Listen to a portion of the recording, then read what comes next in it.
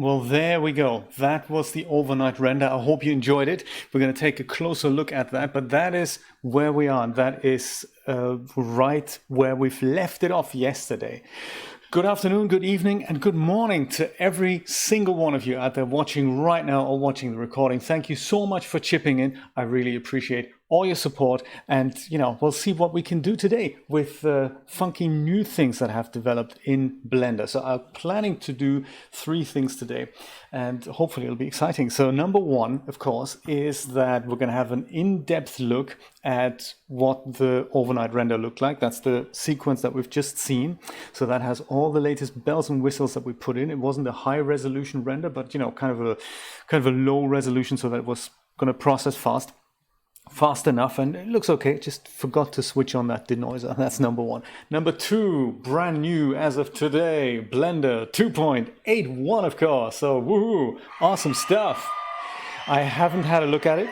I've downloaded it. I've not installed it yet, but I want to do that. If you haven't yet, thank you so much, Joe. I appreciate that. I'm kind of worried about that. There's a spot here somewhere, but I don't think you can see it on the camera. Can you see it? Somewhere here? Yeah, it's just a tiny spot. So thank you. I've been to the hospital today also, just a bit of blood work to check my thyroid levels, see what's going on there. Thank you. I appreciate the comment. So look at the title sequence. Accidentally undenoised. Yes, it was. I just forgot to switch it on. It's one of those things. So look at the title sequence in depth. Install Blender 2.81. Have a look-see. If you haven't already, check out Christina's new video today that explains how to run multiple versions of Blender at the same time. So that's how I'm going to install it. Oh, did I? Thank you so much. Was that in the chat or on the render? I might just re-upload that. It's on my new channel, 3D Shenanigans channel. You can have a look at that. I'll re-upload that. Thanks for letting me know. I just probably like fat finger syndrome there. And then number 3 item on the agenda, number 3 today.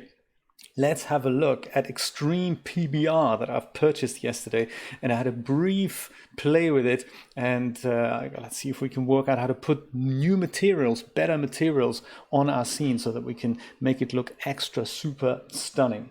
Without further ado, let's take a look at my desktop here. So first of all, oh, and also I've got new supporter credits on the right-hand side of the screen there. So that's recent supporters. Notice the space. Can I point there? Does that work? The space right here, exactly. That space right there, and that space is intentionally left free. I'm planning on future episodes to put little transparent animations in there, like dancing mouse that comes in from the side and just goes something like that, or dancing skeleton, or see what we can come up with. But yeah, that's what I'd like to build going forward. Just to let you know, so many plans going into 2020. Let's take a look first at that title sequence. If I could only remember, was it this one here? Yeah, that's got to be the one. Was that the one from yesterday? No, that was the one from yesterday, wasn't it? Okay, so in case you haven't seen it yesterday, these lights or these issues here are caused by the mesh lights that I had put in. So I had just converted materials to surfaces here, to light emitting surfaces. Go away. Light emitting surfaces, and that didn't work out so well. So I turned those down again and just made them glow and glimmer, like up here and over here. And we have the same problem on the inside. So that was yesterday's render. The lobby looks okay.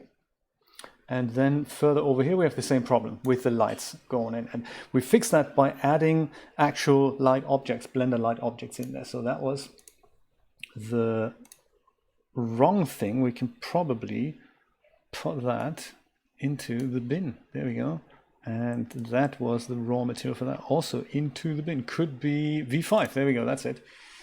Excellent. That's it. This is the overnight render, so there we go. That problem no longer exists. Sadly, it is undenoised, so that is something I just forgot to switch that tick box on there. But yes, that is what the outside looks like right now. Very nice. This was a render at 40%, and with 100, 200 iterations, samples even. There we go. Exactly, Rod. And of course, welcome to Mr. Backdoor 3D. How exciting. Thank you for joining in. I love it. Very good morning to you. So that looks good. With more samples and higher resolution, we're going to be just fine here. The interior we haven't really changed. So that's all as is. These light strips here worked well. That's also cool. And the interior, we had placed some lights on the ceiling. I've decided to take them out again, just for the sake that there's already little white blobs here. And instead, I put some lights in the middle between the seats here. So that's now illuminating that. I can see myself adding maybe another one here or there, and here and there, so like maybe 4 more, so that we just get more separation in between the seats. I really like that light effect over here. And I'm going to leave the ceiling probably as it is, even though I do dig those occasional, like the round light circles around these lights. I'll see. There we go. That is where we are. Let me see that misspelled title here. Accidentally, yes, good point, Christina. I'm gonna take that off and re-upload that to my channel so that you can all have a look at the work we've been progressing with. So, but before we do that, let's take a look at Blender 2.81. I have downloaded this somewhere in my downloads folder, I guess. Blender 2.81, Windows, woohoo! Let's go and, yes, actually, is that what we want to do? Extract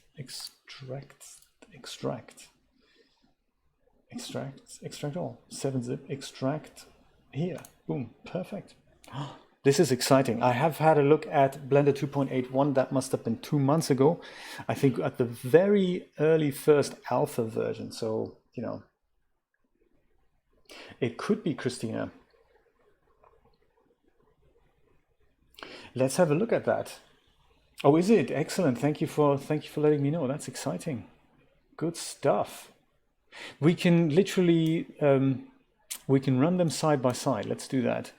I think the way I've set it up, it's been 2 months ago, so I can't remember. I think the way I set it up is, oh, that'll be exciting. So yeah, that's great. That'd be very exciting. I believe it's in, is it in here? No, it's not. It's in program files. I put it in Blender Foundation, and this is where I've got all my versions here. So I suppose I can just put that version into here. Boom. Sure. Aha.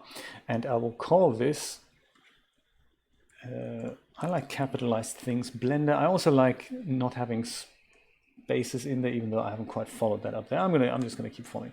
2.81 release. Sure, why not?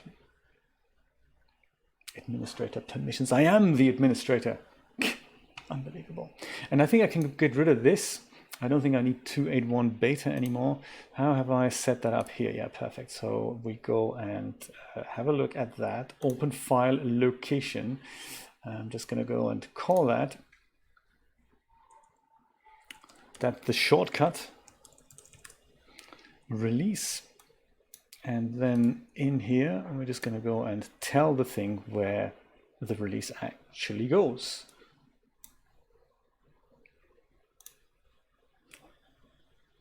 Dreamlab, how you doing? Thank you so much for joining in. We're just going to call that release. Start in, that should all still be fine. And, oh, one more thing. In here, I always forget, Christina, is that here in this folder that I need to create that config folder? Or is that one further down? Is it in 2.81? 2.81, that's it. Worked it out myself.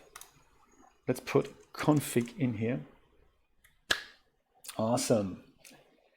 I am having a particularly good day. Thank you so much for asking. But yes, how are all you fine folks doing? Are you having a good day too? Oh, look, it's gone. Oh, what the? Oh, there we go. That's it. Pin to start. That's it. And don't pin at the bottom. Put it here. And let's see if it starts. Let's see if it's the first time I'm running the release version of 2.81. So hot off the press. Patience. Ah, there we go. New splash screen. Very nice. I flicked through that tutorial. It was very, very nice to read that. By what was the name again? So super shiny. It's got that new Blender smell to it, you know. I think I've got the link here open in another tab. There it is. I've got it. Let's put that. Oh, that's cool. That's an Amazon delivery. Alex Trevino. Let me just go let the guy in. I think it's some kind of audio mixer that's arriving today. It's always good to have. There we go. Right. The junk shop. And it's amazing that if you look at that article, the way he puts this whole thing together, it's not just the modeling that he does from scratch. He does the texturing. He does some things with physics. He does the lighting, and the way he approaches all these super difficult things, including retopology and all that. It's unbelievable. Shortcuts, Blender, industry compatible. Oh no, let's not use that. Blender, left click. Thank you very much. Spacebar for play. That's nice. Nice touch. Yeah, I think I've gone used to the fact that the spacebar doesn't search anymore, so I think I'm going to leave it on play. And Blender Dark or Blender Light? Oh no, that doesn't have the right feel to it, does it? Blender Light now. Let's go with Blender Dark.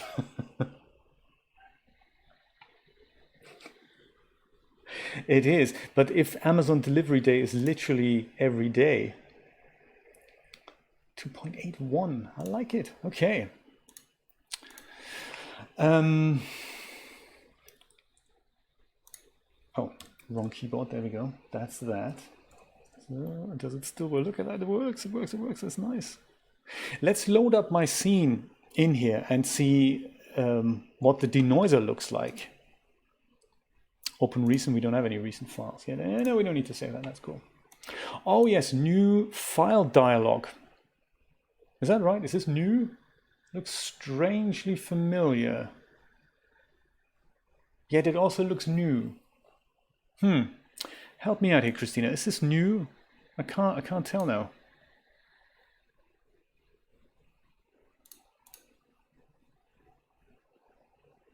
I always like setting up some of my defaults here. Was it, which I can't remember where my Creative Cloud documents are stored now. That's not what that was. What? I like that. That's a good.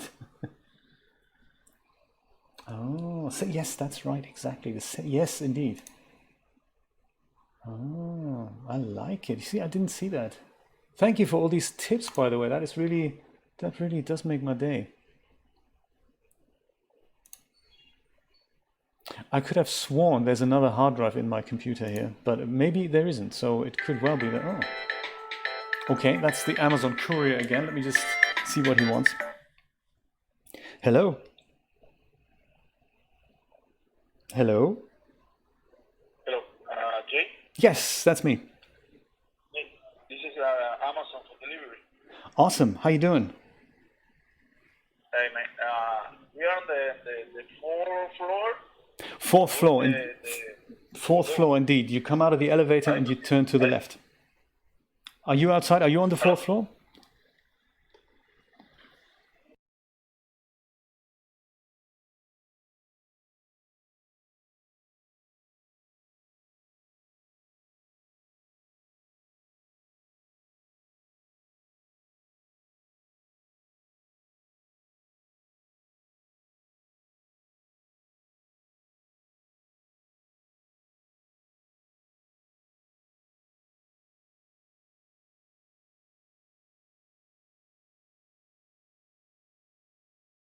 So there we go. Yes, we're all back.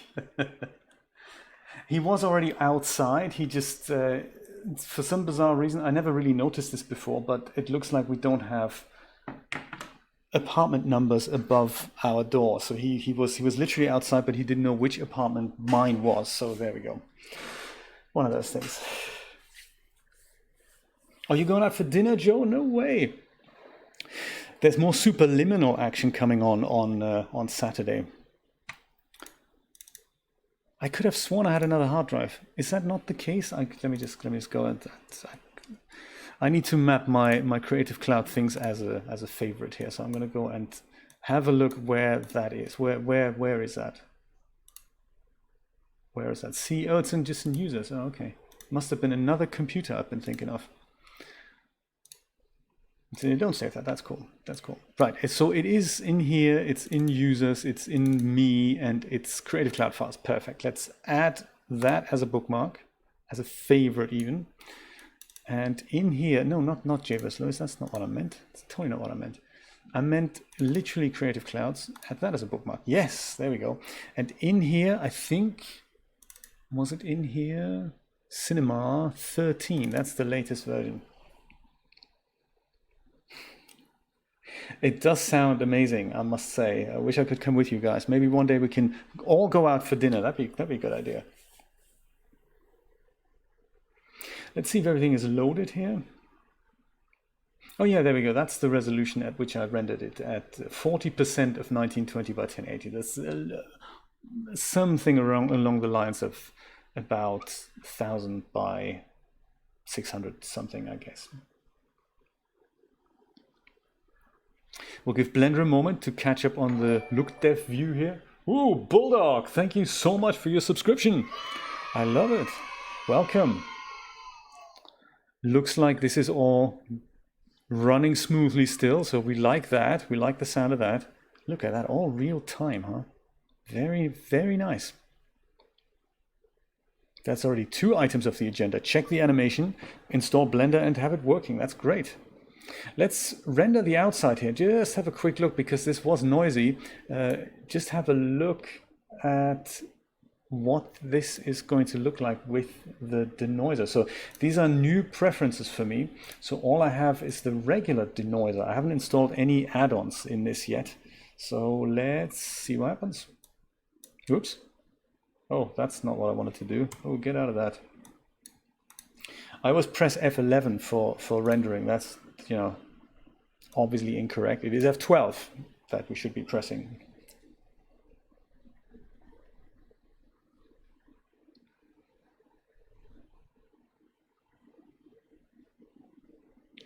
Small render tiles. Oh, I could have done a slightly larger version, I guess.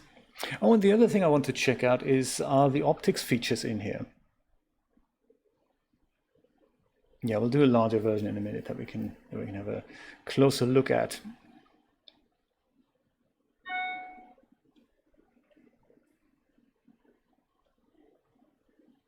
This is always very relaxing, I think, watching a render happen.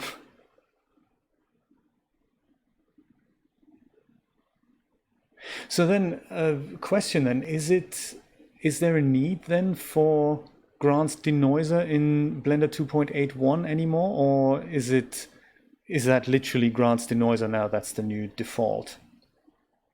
I wonder. Oh, you're being summoned. All right.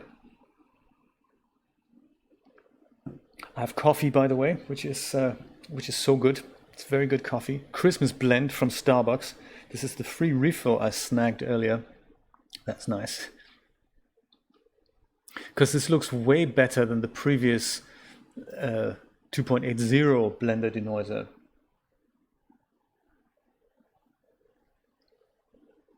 Oh, that's interesting. I didn't know. Interesting, Christina. I'll take a look at it when I'm rendering next time. So let's make that bigger here. Let's make that like 65% of that. So we retain the aspect ratio. Let's have a look in system here. Oh yeah, okay, so this is the new default. I guess I was on CPU render. Look at that, it wasn't even a GPU render. So now I literally have a choice. Not all cycles featured are supported yet. Good stuff, okay. Well, let's use optics. This is still enabled here. Good to know. Oh, undo steps. Let's just set that to 99 while I remember. Ah.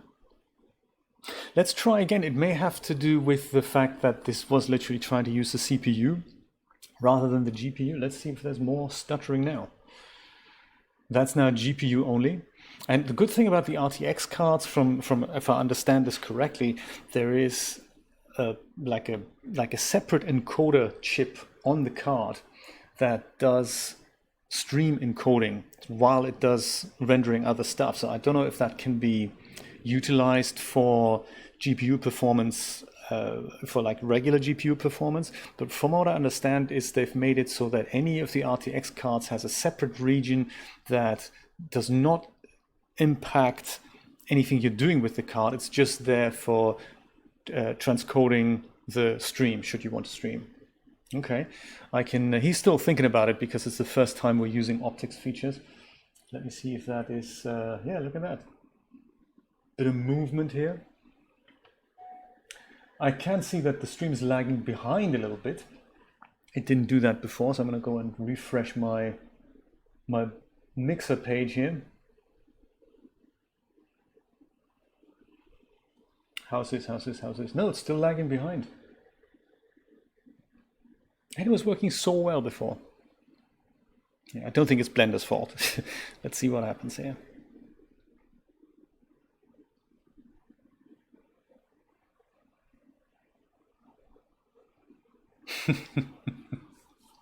Yes, actually, Dreamlab and I have been experiencing some weird weather literally 2 days ago, haven't we? I mean, it's nothing bad and nothing compared to the rest of the northern hemisphere. But in Florida, it's kind of weird.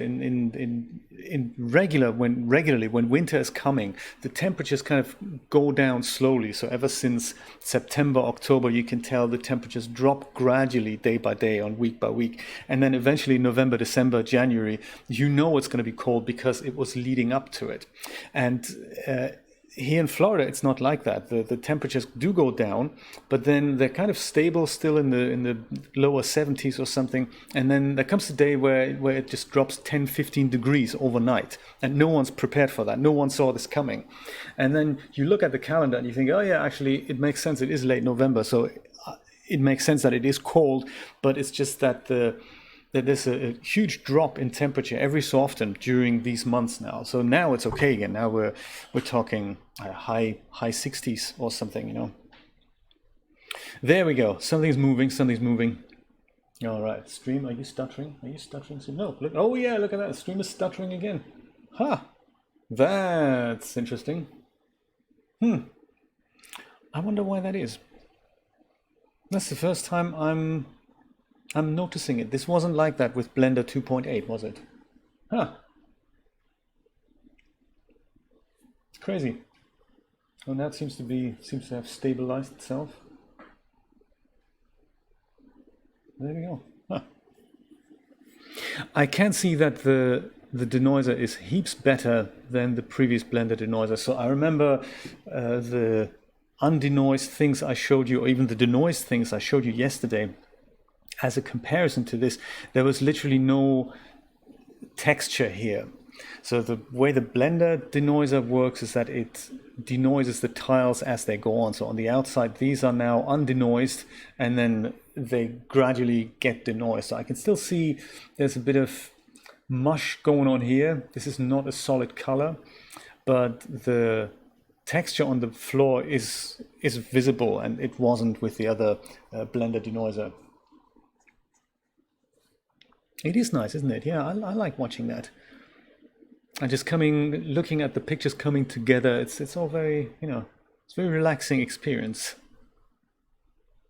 And of course now, the way the Blender denoiser works, there's no waiting for the denoising to take place. It's literally, that's what it does.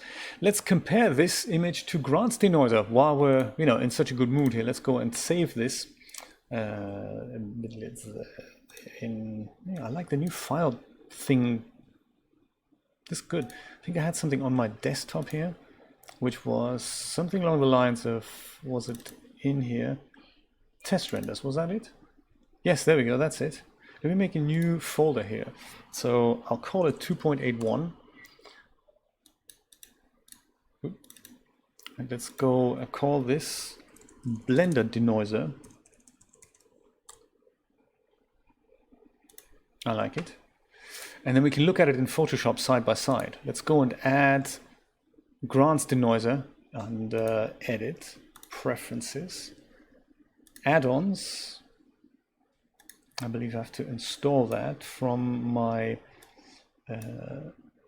downloads folder, which could also do with a favorite here, I suppose.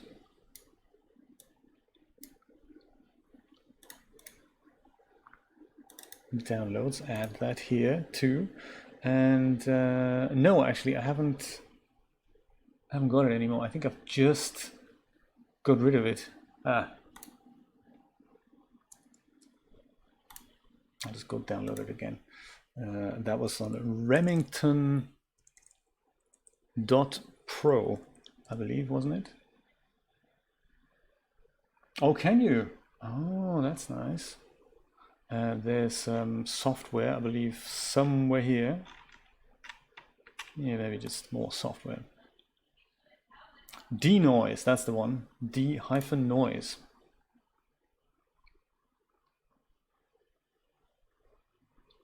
That's another idea. I could do that. That's another idea.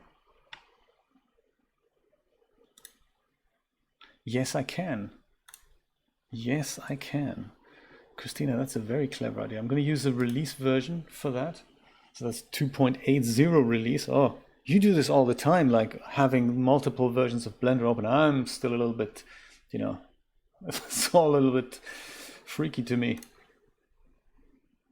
I'm going to make this one just so that we all know which version I'm using at any given time. I'm going to make this one, this is the one with the gray strap at the top, so I'm not going to put this in full screen.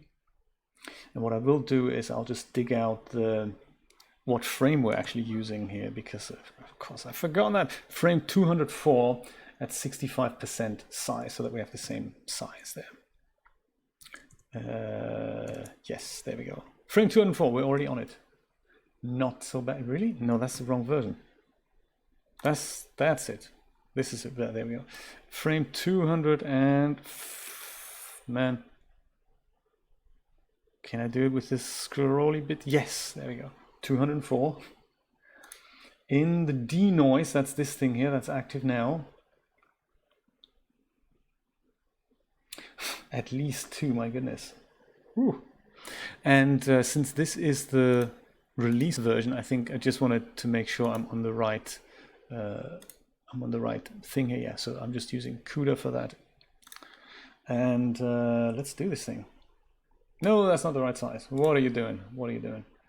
We wanted this to be 65% of 1920 by 1080. Boom. All right. Let's watch another relaxing render.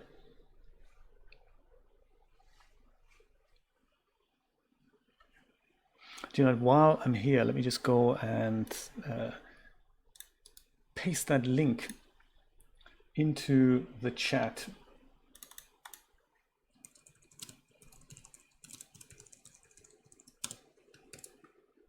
There.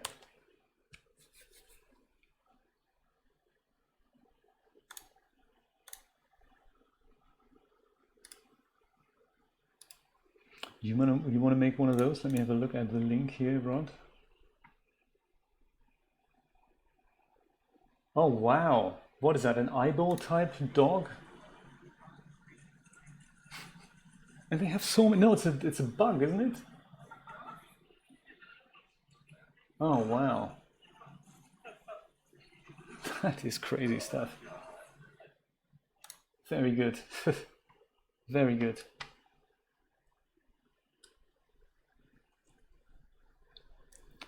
And this one is the rendered version. Oh, there we go, we're already done. Denoiser hasn't kicked in yet, so it takes a little bit of time afterwards to analyze the picture.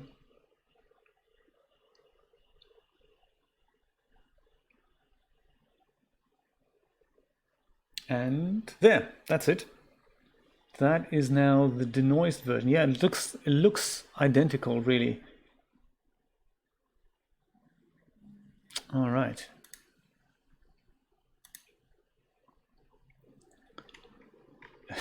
This freaks me out that the dialogue looks a little bit different now. Okay, so that was here, test renders 2.81. I suppose it's, you know, grants denoiser. And also, just so that we have another comparison perhaps, let's go and use the Blender 2.80 denoiser here. So this is now the other one. I've got two denoisers. This is Grant's one. This is Blender 2.80 denoiser. Let's use that one as well. And then we can have a look at all three results and see which one looks, you know, best, I guess.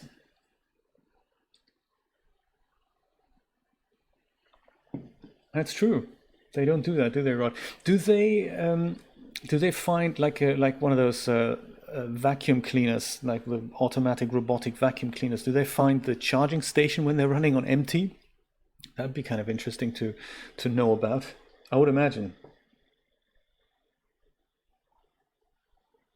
Oh, that's a clever idea. Oh, Christina, that is a very good idea. Let's do that.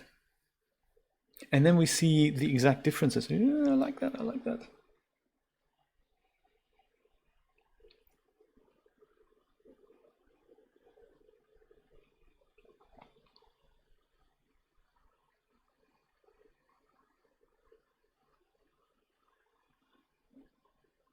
Christina, have you installed and downloaded the Extreme PBR plugin now with all the materials? I did give it a small go yesterday, and it looked very impressive. The way I can just add materials to any object. That's very cool. The only thing it didn't do, or I didn't know how to do it, was the kind of normal maps and the kind of, you know, the depth maps and all that. That wasn't loading by default. So I may have done something wrong there. Maybe we can work it out together. Yeah, that was a big download, but it's very neatly done. I like that. So yeah, just what I'm looking for.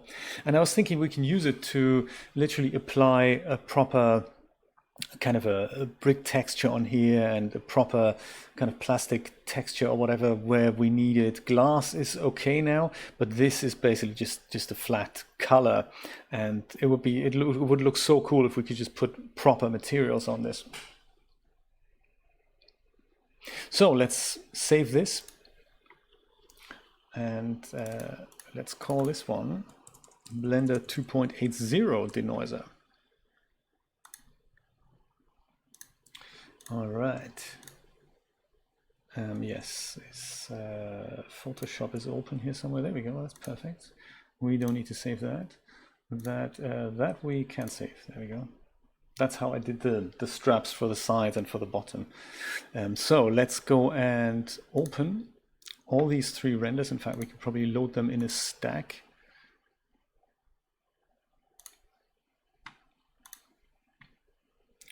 And for here maybe test renders 2.81. Haha. 1, 2, 3. Boom.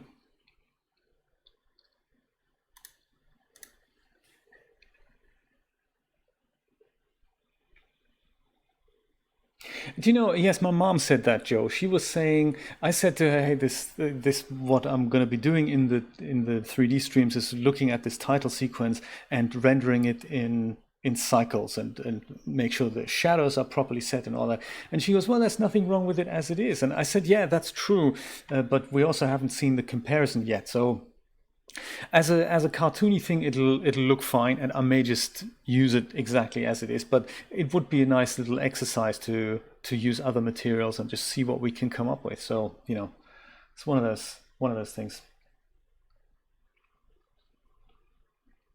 Bye, Steve. Thank you so much for dropping by,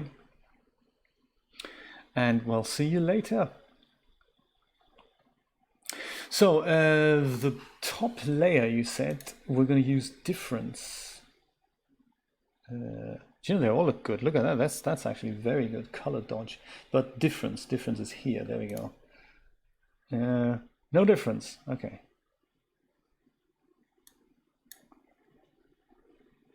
Do we now need to, which one should we have as the top layer then? I wonder.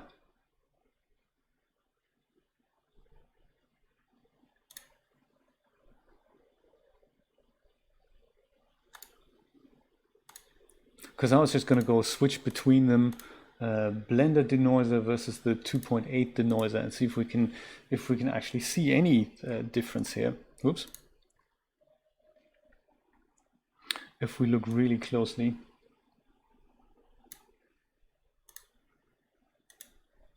Is there any difference?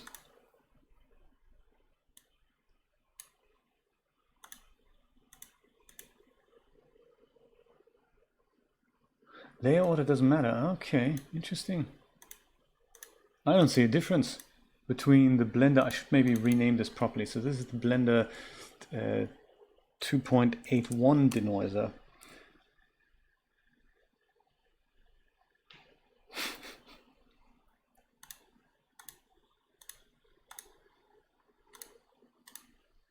There's no difference between these. So Grant's Denoiser, there is a huge difference. So there's the sharpness difference here between that and there. So it looks like those two are actually exactly the same.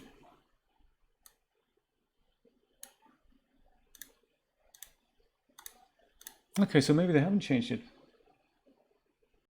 I can't either, Dreamlab. I can't see a difference between Grant's Denoiser, which is this one, and the Blender Denoiser. So there is an improvement in sharpness. There's more clarity, there's more detail. But we knew that already, so that's you know. Yeah, that's sharpening applied. On really low samples, you can see that this here was completely grainy, and Grant's Denoiser basically turns details on there. We had a look at that yesterday.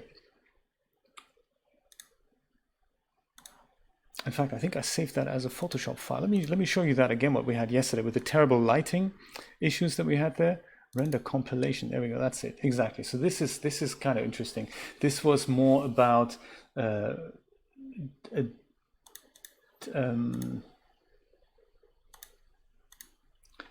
there we go. This is with 100 iterations. So this is very noticeable how the denoiser works there. This was the Blender denoiser, and this was Grant's denoiser. So because there was such few iterations, there was a lot of things we could discover here.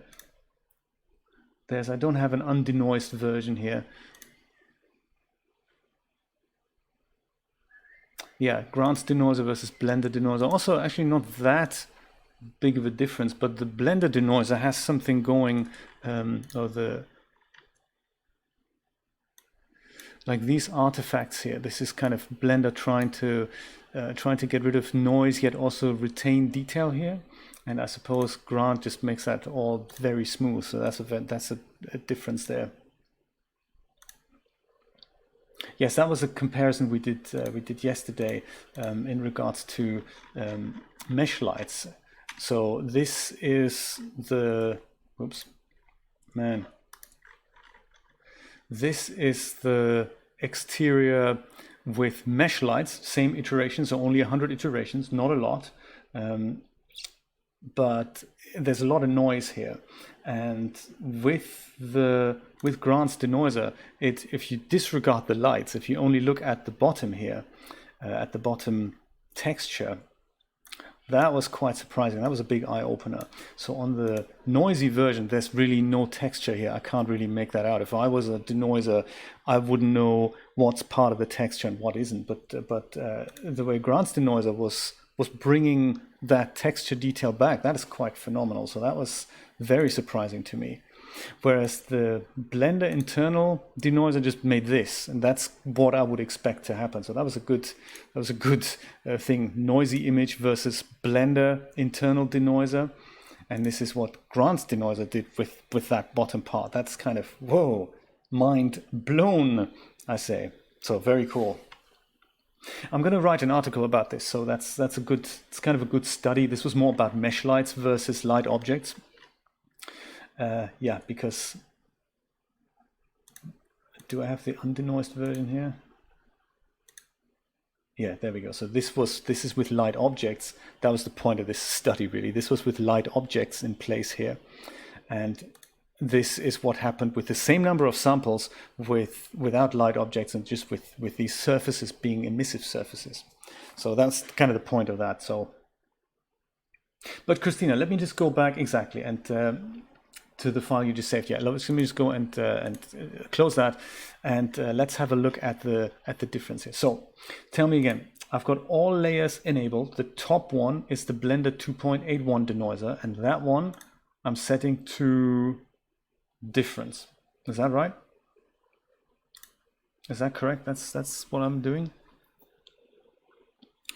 Because then, what do we do next? That'd be really interesting to see the exact difference. That'd be good.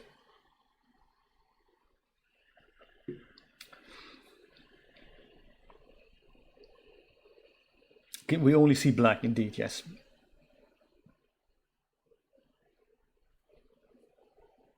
Does that mean there is no difference? That would be kind of cool. Hide the upper layer, okay. That's the one that is set to difference. And then set the next one maybe to difference. Shall we do that? Let's try that. Difference. Oh, yes, yes, yes. We do see a little bit of stuff now. We do see some stuff. So like a very, very low contrast outline of the image. That's interesting. Oh. So we can see the posters and we can see some grain here. It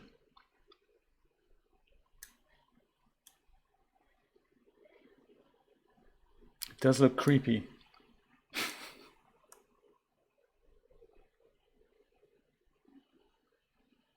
I see. So anything that shows up white, there is a difference. Yeah, so we see this on the edges, on the contours of objects, and we also see this on a kind of texture detail down here, I guess.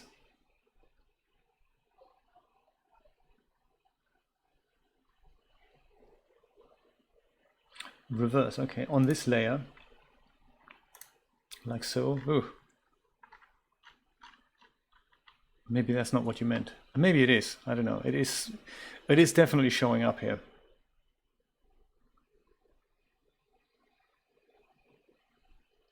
Interesting. It is, isn't it? I didn't know this. Oh, that's how you can tell the exact difference between two images. That is very interesting. Very interesting indeed. Huh. It's not huge, no, but it's also, it looks like Grant's Denoiser does something.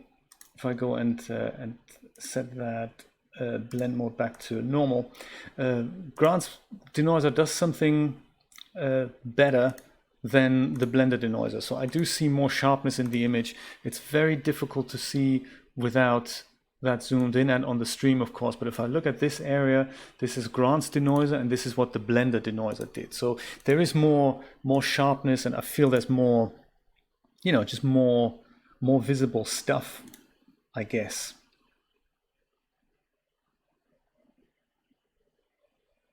I'm not sure if I know how to do that, Christina. But I'm more than happy for you to have these renders here, and I can send them over. And yeah, I'll send them to you on Discord, and you can play around with them. Let's have a look at materials next. That's something I'm really interested in. This is, you know, it's all good stuff. I say good stuff. Oh, is it the new blend? Oh, maybe I haven't actually used it then. So this is 2.81, and I've only just switch this thing on here. Is this not the new denoiser then? That could be an interesting investigation to be had. Let me know where we go for that then. I thought I'd just go and, you know. But it is, I do like the idea of having two denoisers and just, play around with them. Materials, right, let's have a look if I can, the manufacturer says, the manufacturer of that plugin I'm referring to, let me see if I have it open or if we can open it. It's this one here. There, that's it. This is on Blender Market. It's called Extreme PBR. And I bought this version here yesterday. Sadly, without registering on Blender Market first. That was, but yes, I registered afterwards. I've asked them if I can maybe add that purchase to my account. It's one of those things. So the idea of this plugin is that it's an add-on for Blender, but it also comes with 1000 materials that you can select from a list and then just select an object and add it on there and go boom. I've got it running in Blender 2.80. The author says it is 2.81 is kind of not really that supported, but while we're here, let's just try it out, shall we? Let's see if I can make it work and show you how I installed it. I believe I just went here and I think, did I go into here? See, I've already forgotten. That's not good. It's in documents. There we go. I put that into here and that's just the user library. Now, where did I put that actual plugin that I had to install? Have I not? Did I not put that in here? I thought that was still in downloads. Maybe it's in my trash somewhere. Yes, let's have a look at the at trash. I don't think I've deleted the trash just yet. He says. No, he hasn't. Good stuff. What's in my trash? There's a lot of pictures. If I only knew what it was. Anything with Extreme? No. Anything with PBR? No. Any zip files? Well, that would indicate it's still here somewhere. So, man. Blender, Windows, that. Oh, I put it on the desktop, didn't I? Did I put it on the Extreme PBR? Yes! Woohoo! Awesome! I found it! That is very good. Awesome. So it's on the desktop. That's that. That is which version of Blender are we running now? This is going to be 2.80. Let me just close that down for now. Otherwise I get very confused. I'm already very confused as it is. We don't need to be more confused. Let me try that. I have this. I've set up the libraries indeed. The only thing I haven't done yet is install the actual plugin in 2.80. But there we go. That's it, and it's 2.81. There we go. It comes with its own 2.81 version. That's 2.8. That's 2.81. Okay. Install add-on. Thinks about it for a second, and with it we need to map these two libraries. So those are these huge things. One is I'm glad to hear it, Rod. The first thing is the large folder, which I put in my documents here under Extreme PBR. I think that's it. I'll just go and do that. And the next thing, the user library, that's the one, that's also my documents, and that is this thing here. Accept. Perfect. I think that should be it. Autosave preferences is enabled. I like it. And I'll start with a brand new file here. Ooh. Different types of new files. Oh, that's interesting. Never noticed that before. Let's not say, let's save stuff. That's good. Let's save stuff. Stuff also, yes, I do that, Dreamlab, I do that. It's I'm really bad at that. It's just what we do, isn't it? And that's the Extreme PBR combo. And do we have it looks like there should be things showing up in here. I may have to restart Blender for that. Let me try. It's either that or I've mapped the folders wrong. Both things are possible. Good thing we have it working in 2.80. That's kind of good. Extreme PBR, yeah, that's not, it's just not showing up here. So I think maybe, have I not mapped the things correctly? It's possible. User library, it should be that. User library. I thought it was that.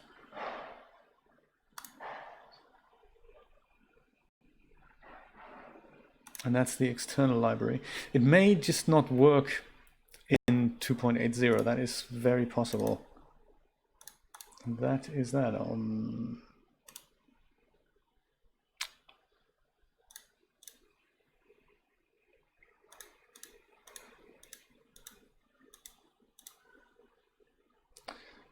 No. What a shame. Well, we did try. I have that. I have a folder full of video footage that's called to be edited or for editing or something like that. And then you just dump footage in there. You think, yeah, I must make sure that doesn't get lost somewhere and I don't delete it. And then the only thing that happens is that I never get around to doing it. It's just so pathetic. I'm glad we're all working that way. Look, this is what it should look like. And then I pick any of the asphalt materials out of here. Was that what I hadn't done? Didn't I pick a category? That could be possible. Let's try this one more time in 2.81. Come on.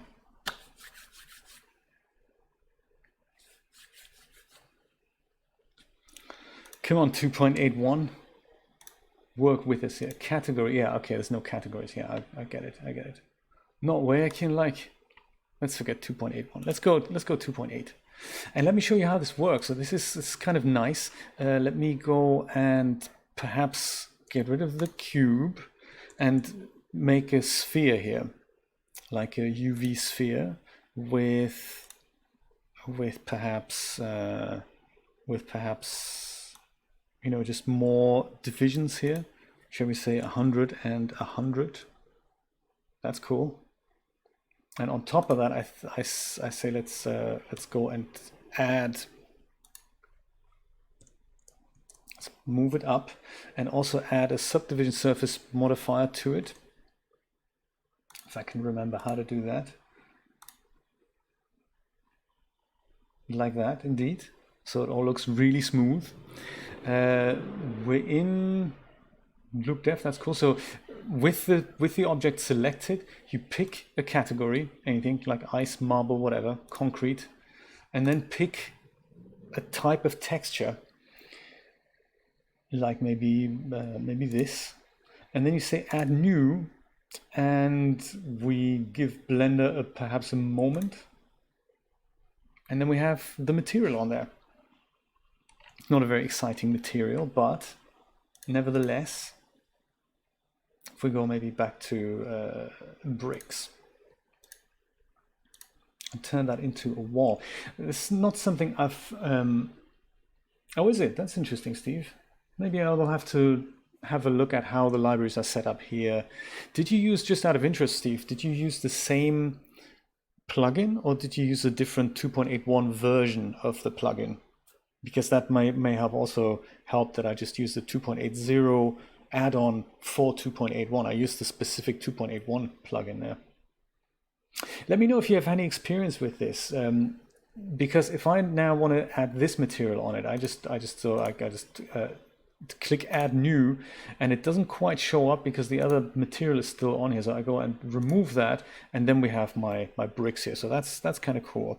The only thing that I'm missing here is that the kind of depth maps and the normal maps are not quite recognized. So on the preview, I can see that this does actually have the proper maps attached, but nothing of that caliber is showing up in my preview here.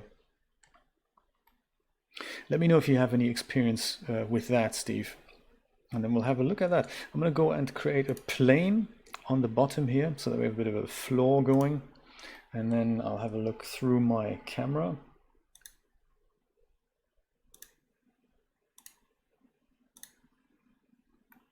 frame up my friend, kind of, you know, like this maybe. And then we'll go give it a bit of light as well.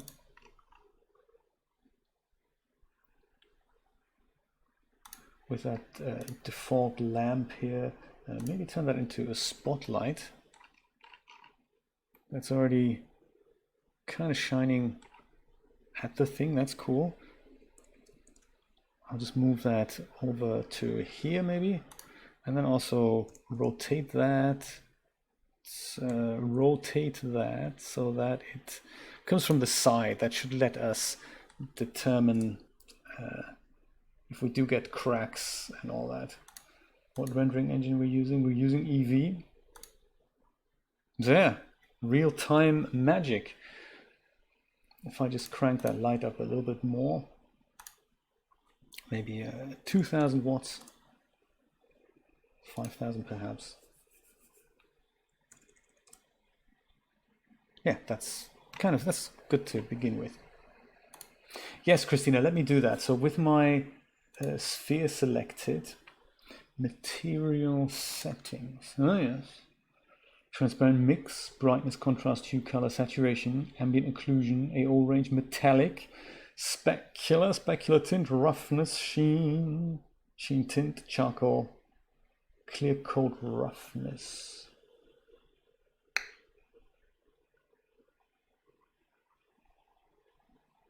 But I don't see any, you know, what's it called? Like, I don't even know what these things are called. Depth maps, is that a good overall description for that?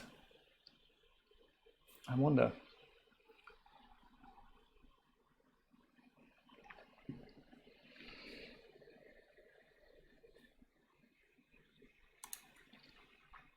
Because there's utility, add UV, extreme clean.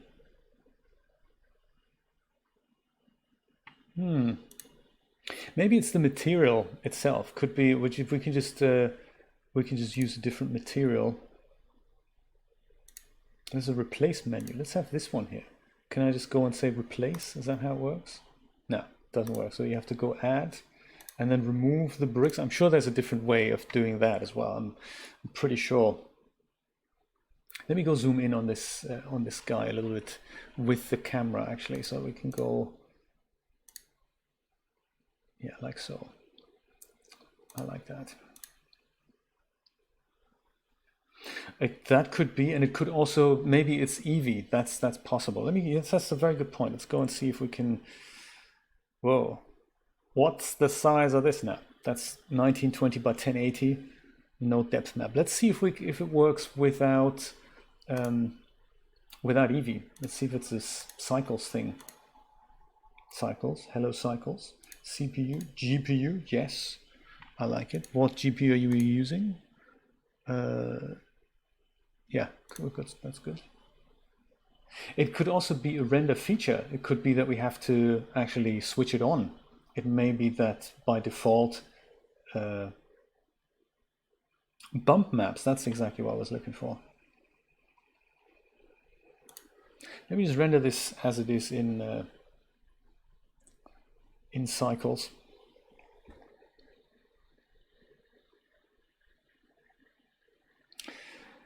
No depth maps for you. That's also probably a ever so slight bit too big, so that should 65 should be.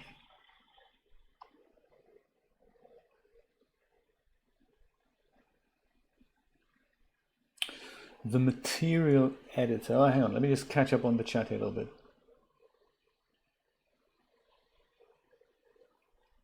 Yeah, depth maps are more like depth of field. Yeah, bump maps is a much better description for that. That's a very, very good point.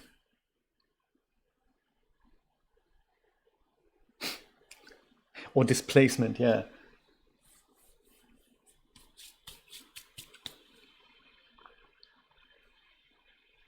It's also complicated, isn't it? So super complicated.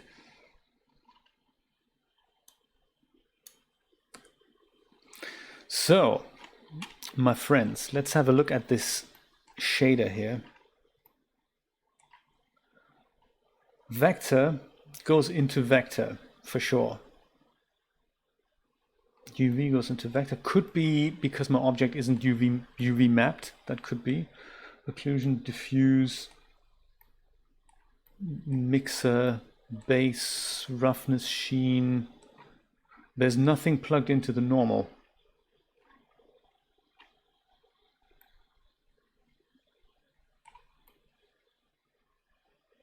That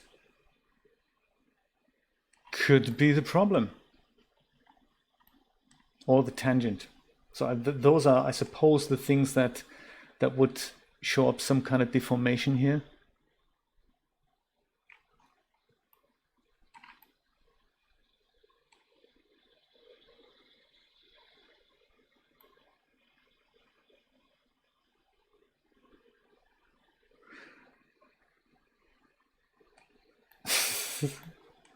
I don't blame you, Dreamlab.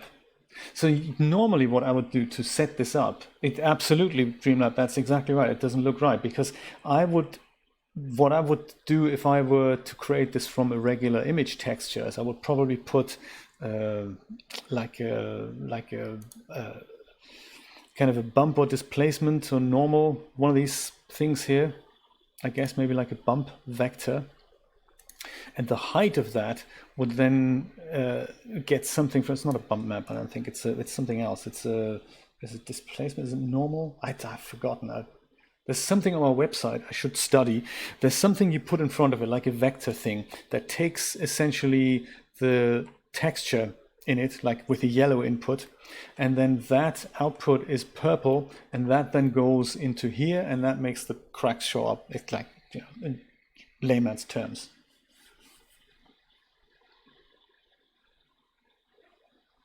So yeah, but the point of this plugin, I thought, was we just pick something and it has it all set up already. I thought that was, you know, that was the idea I was kind of buying into. Let's see if any of the others have it, like a fabric. Look, all the previews have it. So there's something not happening here, like this woolly hat thing here. Let's do that. Woolly hat thing also doesn't have it. Is it a render feature that needs to be switched on as such? Like, you know, depth of field, that needs to be switched on.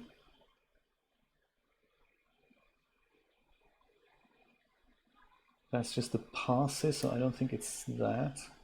Filter override denoising. And that's not it, I don't think. Time remapping, post-processing. It's not a post-processing step, is it? No.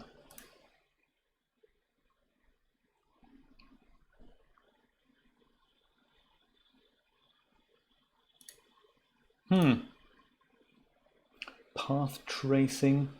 It doesn't look like something you switch on and off, which is, you know, a bit of a shame. Let's see if we can make it work manually then. I mean, if it is just something that we have to add manually there, maybe this is also not how you apply material. That is also very possible. Maybe there's a different way of doing that. Maybe I need to make a shader from this.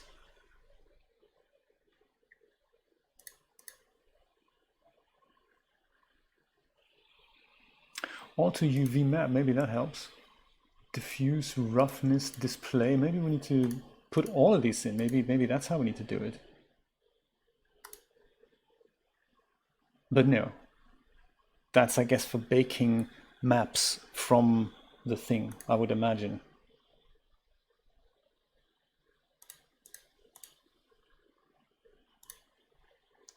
Any of the other things?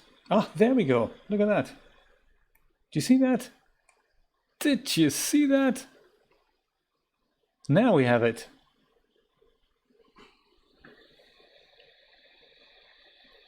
That is interesting because does it then depend on the materials, or is it because I switched all these things on? Could that be? Let's try that again with the bricks that I had earlier. Maybe that was literally the thing. Let's have some of these bricks, some of them bricks. Aha! Okay. And another piece of the puzzle falls into place. So in order to have all those maps from PBR applied, we have to go to the map menu and switch them all on. Otherwise, if we only leave the diffuse, then they're not there. That makes perfect sense. Well, a round of applause anyway, that's good. We've worked it out. Cool. Okay.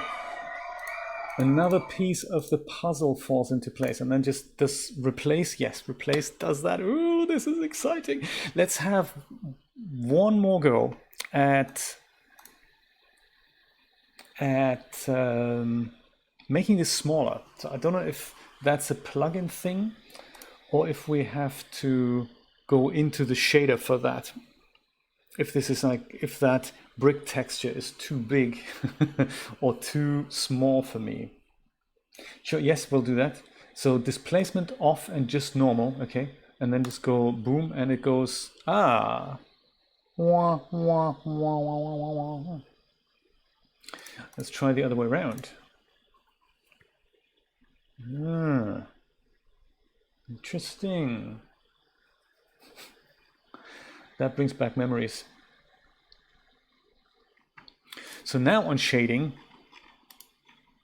yes, we have a ton more nodes down here. No, we don't. How interesting.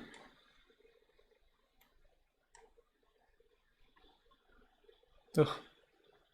So the scale of the whole thing.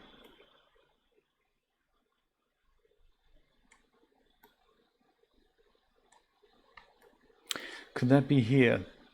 Just, you know, in all directions, let's say 0.5. That does the opposite of what you expect. That's quite often the case with Blender. That, yeah, there we go. Okay, so it's just scale then. Okay.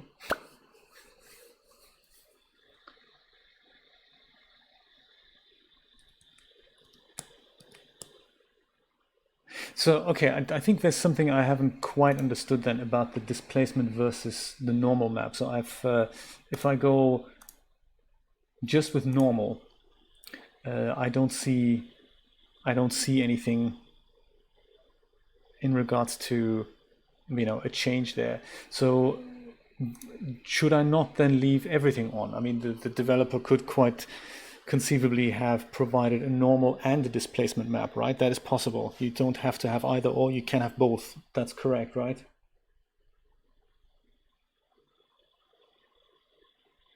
Right, indeed. Yes, that is correct.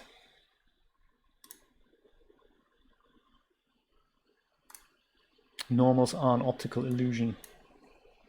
So 10 makes it really small. That is cool. And then also the same thing with rotation.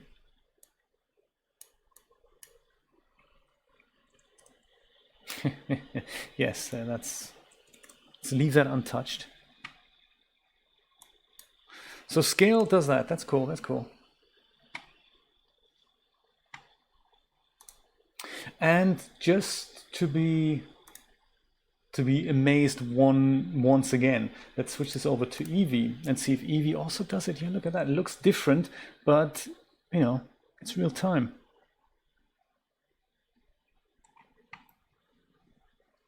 It almost looks like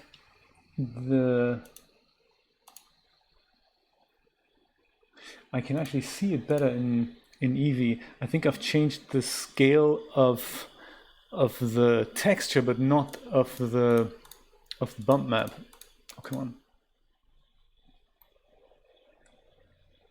Factor of 5. Let's see if we can get that going somewhere. Well, that's the normal down here. Strength, what happens if I crank that up? Does anything happen? Right, yes, something is happening. That's, you know, that's good. Is it what we want it to happen?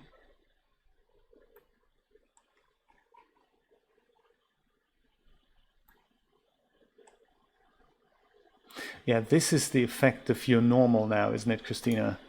So set that to 0. Yes, I see. Yes, that's yeah. point well taken. That's the normal fine surface detail, optical illusion, can't see those things, changing the geometry on the side, but the displacement does change the outside there. So how do they do the displacement then? And where's the factor for that?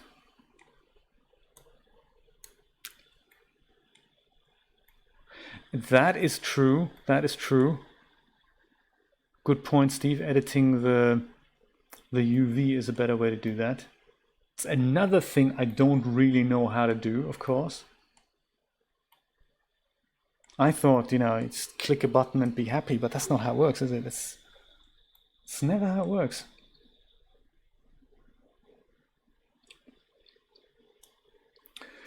The mesh, like this. No, that's not what you mean, is it? There's probably an overlay I can show on top of this. Is that what you want to see? That's true, exactly. I'm looking for the factor of the displacement. That's exactly what I'm looking for. I can't find it. Because the texture has correctly changed. The scale's coming out of the same thing into all of these. Roughness, normal, and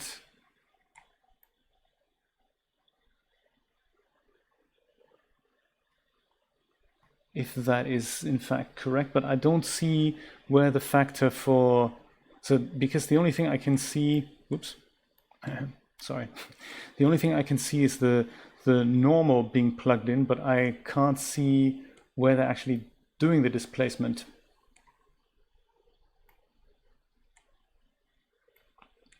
Subdivide the sphere, okay.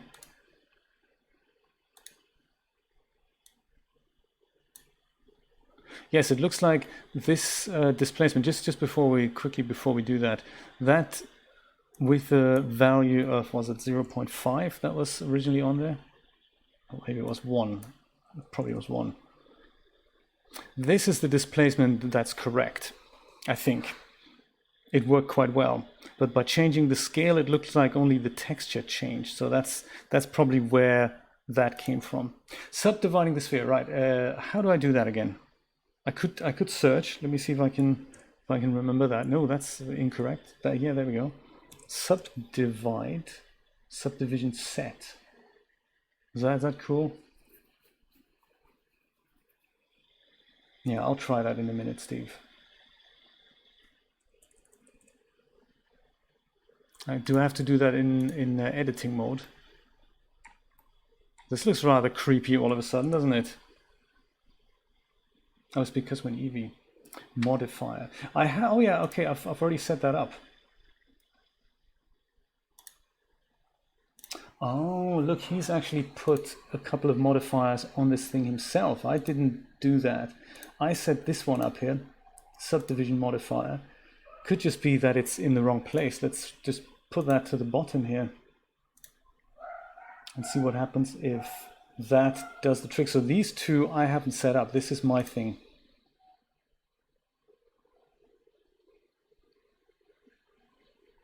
That's interesting. Oh, hello, Brian. How you doing? Good to see you. This, Brian, is a new Blender add-on I'm trying out, which is called Extreme PBR, and the other and the idea of that is that I can hopefully just pick some funky materials and put them onto my scene. That's the idea.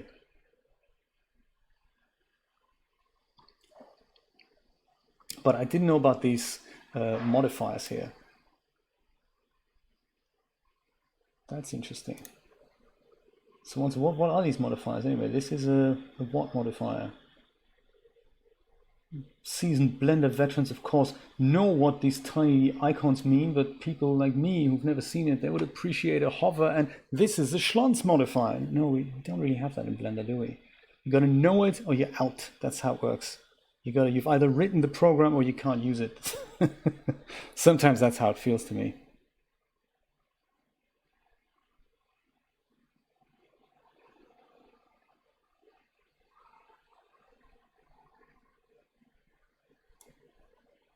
3, okay.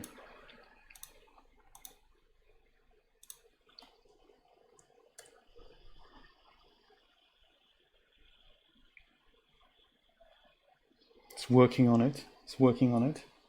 There we go. I think in order to see the effect, I think we should maybe go and first of all turn the normal map down at just a tad. I mean, I've just done that to emphasize the point here. I think 100 is maybe a little bit much. But then also, so the kind of puzzle we're trying to figure out right now is how to make this thing, how to make the texture on it slightly smaller while retaining the displacement. So the displacement is currently correct. And we found in the extreme PBR mapping, we found the scale value. If I set that to 5, then the texture changes, but it looks like the displacement doesn't change accordingly. Marcos, how are you doing? Wrong button, I'm sorry. What I meant to say was, there we go. So, but now that we know that potentially the displacement is actually generated by, is it actually generated by these things here? It's actually generated by the modifiers. It now makes sense why scaling them in the shader doesn't work. So they have to be, I guess they have to be scaled on the modifier front somehow. If I switch those off, displacement goes away. So then, I don't know what these modifiers are. This is a new icon for subdivision surface modifier. But what are these things here? I don't know. Modifier name is just name, but what I don't get it. The name modifier name makes no sense to me. So it's got to be one of them. Has got to be, oh, this is a smoothing modifier, right? Okay, and this has got to be the displacement modifier, right? Oh, thank you, Dreamlab. I will look into that. Excellent. Strength mid-level, but there's no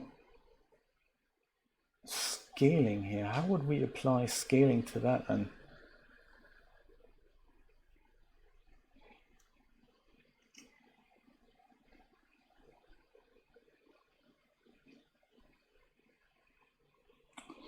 Let's have a look.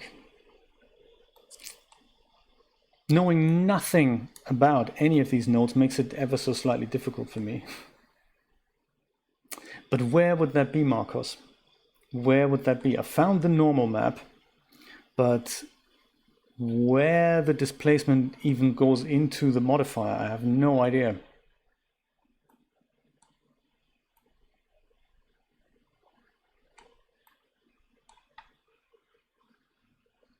Occlusion, mixer, saturation, contrast.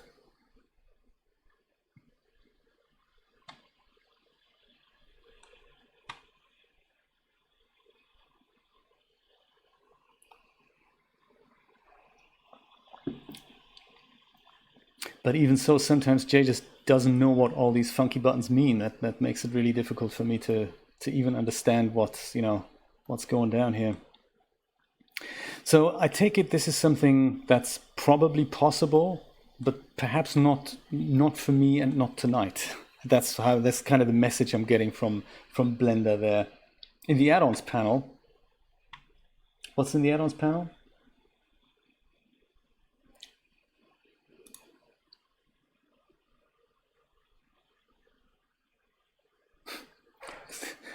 I'll see if I can set up the buzzer next time. Do you know, if there is actually a way to do it, there's a way that there's this thing called IFT with triple T's, I think. That's if this, then that. And that's a thing that can hook into my home automation if I had one. So I could have a speaker here and you could have something at your end and literally then press a button on a mobile and there's a speaker with the thing that just goes and would go off. So it is possible to do that. Maybe we'll set that up. I know what he wrote. I just don't know what it means. I wish I knew what it means. I just can't. I don't know what it means. I'm so sorry. Anyway, maybe I will try this. another time, and I'll see what happens if I go bring back my scene and see if I can apply some of the materials on my scene, see what that looks like. That's not something I've tried out. So let's do that, because this is I can see myself. This is not something I'll be able to figure out now. Maybe later. So yeah, so one portion of where I'd like to use this is here, the outside of the theater, and some of the other materials like the carpet looks a bit funky to me. We don't have to replace everything, but this is a great example of why I'm not sure why these materials, they used to be better, so I've set them up to look better. They already don't look good anymore, so that's fishy. If anything, that's fishy. Let's go and restart Blender immediately before we even, get into trouble there.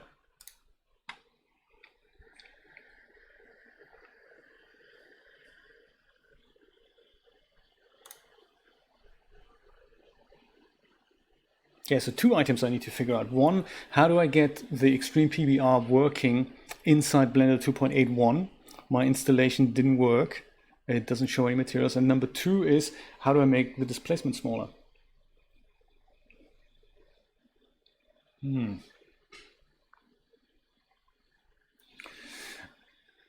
That's interesting. Look, I mean, this is certainly not how I left the file, right? This is bizarre. Why does this look not cool anymore? That is weird. Look at the texture. This is not what my material looked like.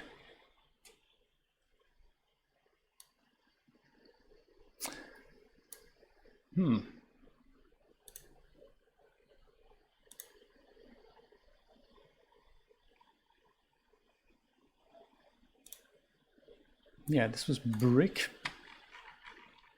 And didn't I deliberately say, oh, look at that. Undefined, huh? Oh, that's a bigger issue. Maybe a broke Blender, can you imagine? That wouldn't be good. Let me bring in an older file, like maybe from 10. I mean, this material on the front there, that was never changed. So I wonder why it looks different now.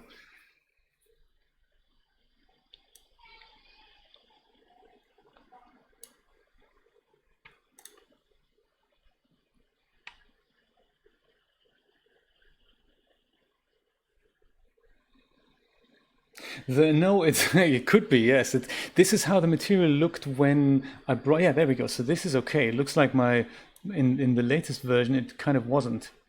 This is the material that, this is what it looked like when I brought in the model from DAZ Studio. So some of the materials, that and the carpet, they look really funky. And I adjusted the size of that. Like the carpet looked really blown up and big as well. So I adjusted the size to get something going there. But it's not perfect. So those are, oh, this is an edit mode. So yeah, those are interesting bits. So I wonder then if I go and select that material, brick tan wall, that's the one. And now if I go and wanted to bring one of those things in, like a brick wall, let's stay with bricks. Any of these will do, I guess. Under map kit, make sure everything is selected here. Oh, I see. Now it's the replace menu. I see. So replace. That's interesting. So I don't need to replace on all objects. Yes, let's do that. But it doesn't work. What a shame. Do I need to say add new first? Add new. Something's happened. Not anything visible. Brick tan, indeed. And go replace, and then maybe add. I don't know, like that. No, actually, that screwed up the. Oh, look at that! It screwed up the theater thing. That's interesting. That is a cool effect too, though. And it screwed up the lights here. I mean, it does add some artisticness to it. It's also the booth at the front looks funkier than it did before. Yes. And the lights. Oh yeah. But sadly, the one thing I didn't want to change hasn't actually changed. That's a shame, isn't it?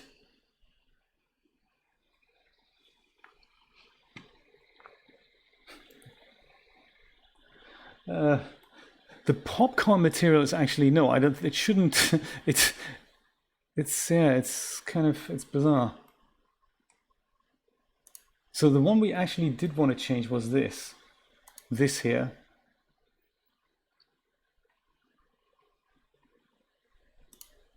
Stone. How does it? I don't know how the thing replaces materials either. If we already have materials. If I go add new, does that do it? No, it just keeps screwing things up. That's that's not good. Also, it keeps adding the same material in here. That's not good. Let's go remove a few of these. Yeah, so perhaps it's not actually as suitable for the task as I thought. Probably it's just because it makes PBR materials very differently to how I thought it makes them. So my assumption was that it would literally just put a material on another material. I did not know that it also applied modifiers, because that makes it really difficult for me to understand, because I didn't know that that's how materials are created. So good thing they have a refund policy.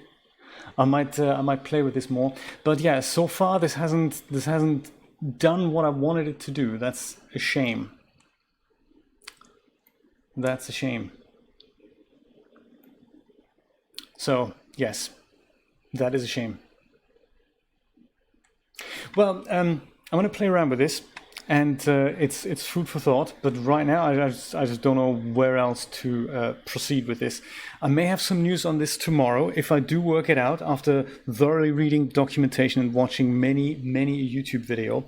I may be back at 5 p.m. Eastern Standard Time for more Schnick Schnack and 3D shenanigans. Thank you so much for joining me, and thank you for all the wonderful tips. I will reread them thoroughly. Sometimes it takes hours for my brain to kind of, click. Yeah, it's one of those things. Sometimes it comes to me in the shower. So yes, thanks for joining in. I'll be back tomorrow. This is the overnight render once again. Let's have a look at that. This is what my computers have rendered overnight. I might kick it off again with a higher resolution. So far, I'm pretty happy with it. Take care, my friends. See you tomorrow. Bye-bye.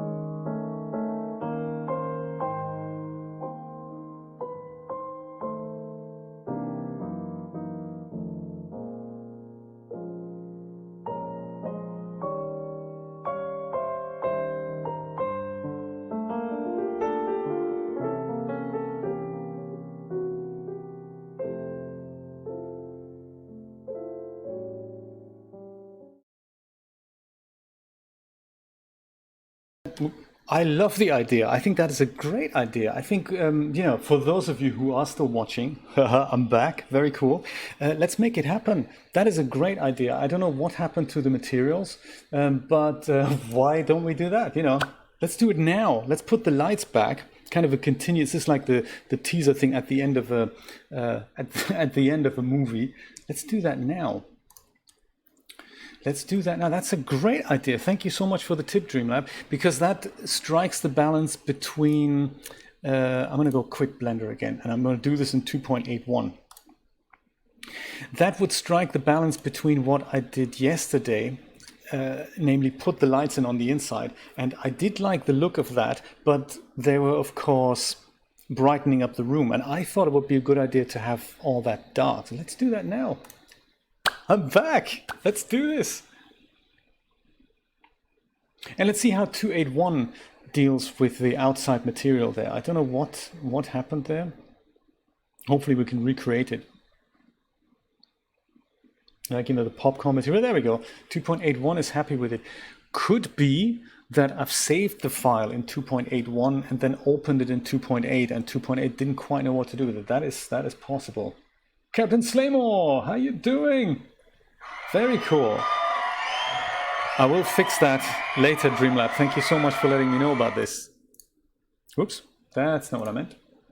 Do you know, technically, Captain Slaymore, you've missed the stream, but I'm back because we've spent some time fiddling with materials of a new material add-on that I was trying out, and it wasn't working out, and I always feel bad when I leave unproductive. And then Dreamlab made this exciting idea to brighten up the interior of the theater and then turning the lights down. So this is strikes a great balance of what we did yesterday, literally. I put some ceiling lights up here in all these places, and I thought it was a bit too dark. So I'm thinking, let's bring them back, but then as the camera comes in, so sort of kind of like here, we then go and turn the lights off, kind of right here. We go here, the show starts, and maybe on the count of 3, and then the lights dim, and then we emphasize the title sequence. I love the idea. I guess so, yes. That is probably what it is. I'll look at that later. I don't know when I may have taken that off, but yeah, that's the idea. Yeah, so in the current title sequence,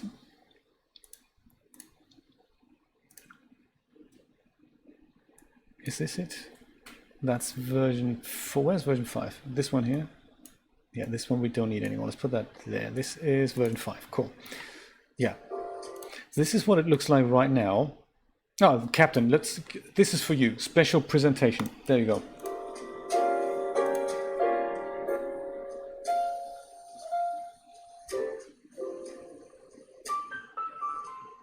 Undenoised as well, accidentally. So that's already pretty dark, but we make it brighter as the camera goes in, and then we make it as dark as this. So I like that. Also, slight misspelling down here, but yeah, that's the tricks that come with the trade. That's a great change that we're going to implement right now. Put the lights back and then dim them as the camera goes in. Let's do it. At least you got to see it. That's right. And now actually comes the productive part. So just like yesterday, I made this little collection here called walls. If I switch that off, they should disappear.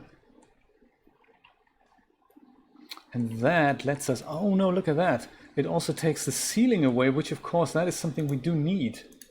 We do need the roof in place, because otherwise I won't be able to put my cursor into the right position here. So I'll go into edit mode, and then I'll go and select, maybe I start here. Select all these linked faces and put the cursor into that position. Cursor, are you there? No, look at that. Cursor is elsewhere. That's uncool. Ah, right. Okay, this is something that is not quite set up correctly. I haven't taken across the preferences. I'm looking for the selection, the toggle selection. Themes viewport, could be viewport, quality texture selection. There we go. No, that's not it. Depth picking, gizmo size, editing, could be editing.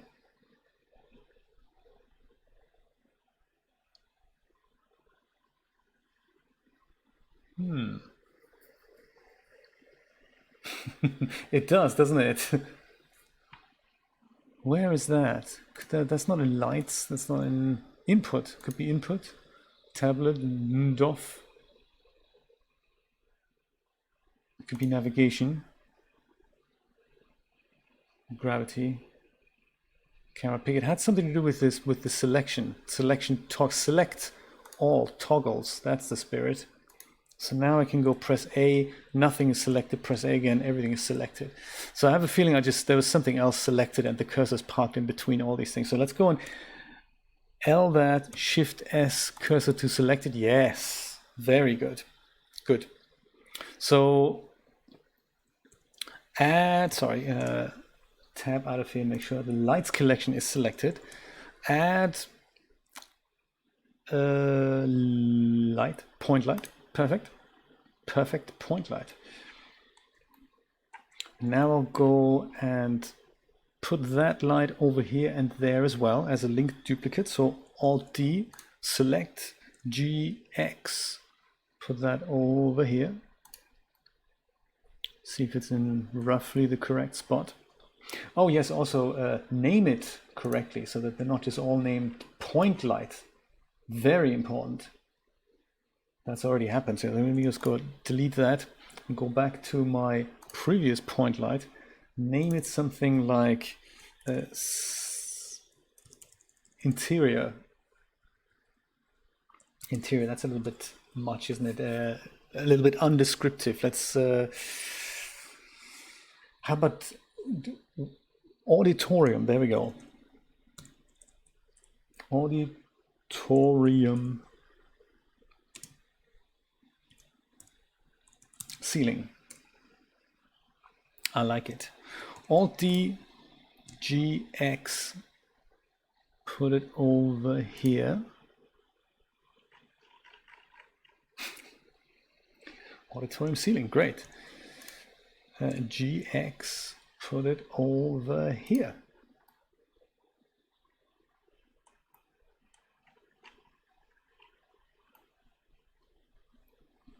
So it looks like we have 1, 2, 3, 4 rows of that. Let's go and select all of these. Oh yeah, we had this other thing yesterday, didn't we, about does Shift Select? Yes, Shift Select works in 2.81. It selects everything in between. So from here, Shift Select to there, it does actually select all these things. Ah, very good. We didn't have that in 2.80. That's a good new feature. I like that. So from here to there, Alt D, select, and that's now the Y direction. So G, Y, kind of to here.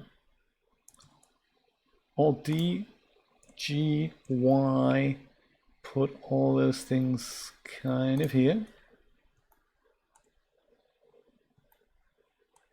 Alt D, click, G, Y, put all those guys over here. Alt D, G, Y. We're probably not going to see those here, but hey, that's okay. Yes, let's get the ladder out. I think that's a good idea. So now that I've got so many of these, let me go and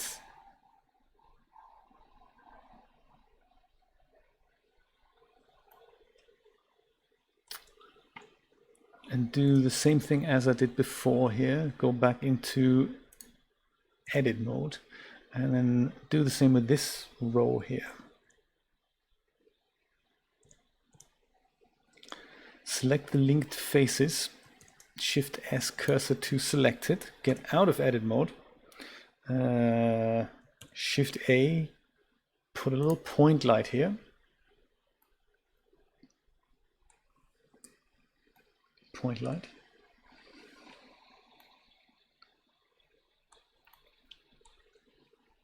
Make sure to name the point light something meaningful.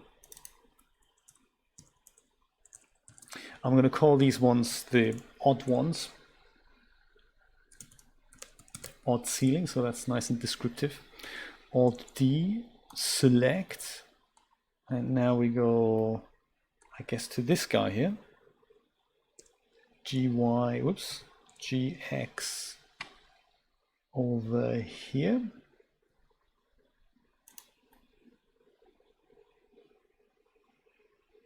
Perfect, and that's just two of them.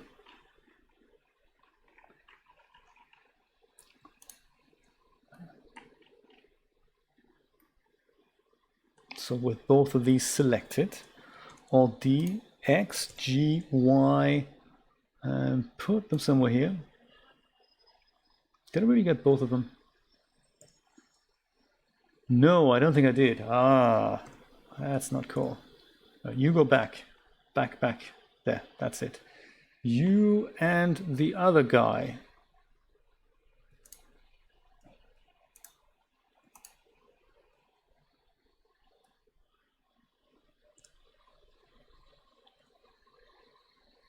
Why doesn't that work?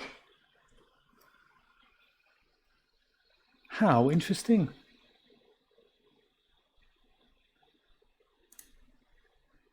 I only have 3 lights. Have I not?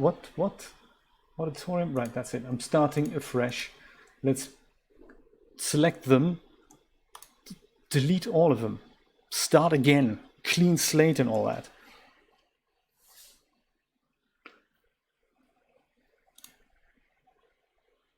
Do you know, if I make them, actually I probably have made a little mistake there. I'm going to go and get rid of this guy as well. I'm going to go and start again from the main light, this guy here. And I'm going to duplicate that as a linked duplicate so they're all the same, you know, they all have the same light value. If I do it any other way, then I'd have to have 2 light groups to be adjusted. And while that might look cool, that might actually look cool. Maybe set off dim one slightly after the other. Actually, yeah.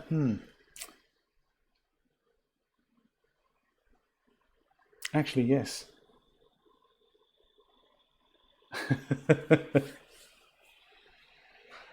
Yes, Christina uploaded a video today about running multiple versions of Blender, updated version for Blender 2.81. That's very cool. This always comes in handy.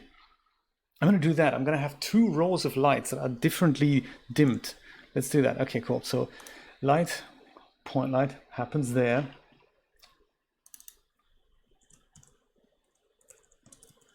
So auditorium odd is that. That's all good. Alt D, click, and skip. There we go. GX over to, where is it? There. No. Dude, come back here. Where are you? Okay. Nobody panic. I've got it all under control. Here, there it is. So GX. There. Oh, man. The moment the cursor goes off the screen, I'm losing my object. That's not good. So I'm going to have to start here. GX. That looks like a bug. Okay. Auditorium odd.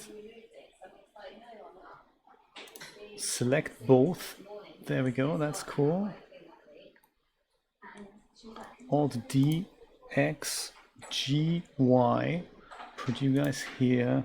Alt D, click, G, Y. Put that here. Alt D, click, G, Y. Put those guys over here. Right. That's that.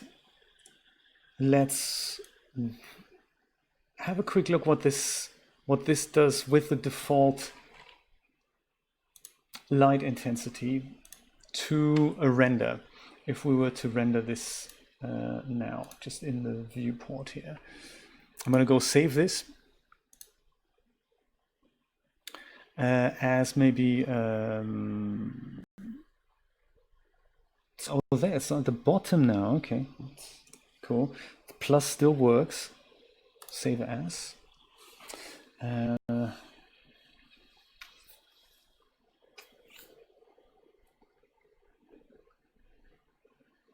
Walls are back. Let's go render this thing.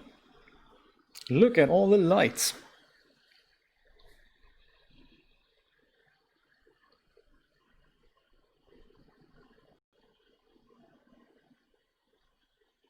Oh yes, I've also forgotten to bring them down just a little bit, so we need to do that. But I can see that all these nice little spots are back, the ones I did like so much yesterday. So yeah, let's select all the lights and move them just slightly further down, but also increase the value of the lights there. So 10 watts. Make it a little bit brighter, and then we can turn them down. Let's do that. So from here all the way to here. Oh, nice. Move them all down, like so maybe. So I suppose if I just go make it 30 watt here, and the odd one is also 30 watts, so we have two types. Let's have a look.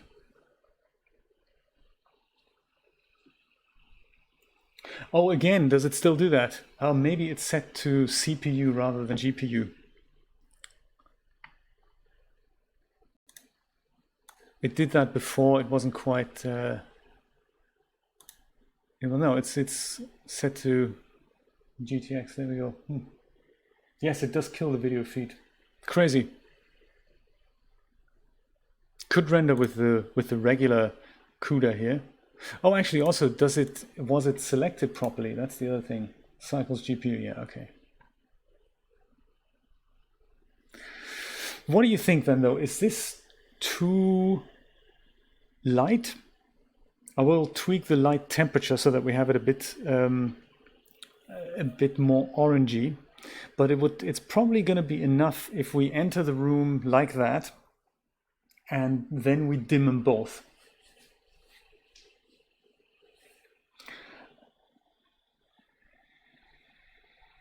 Captain Slamo, good point. This is, let's change the engine.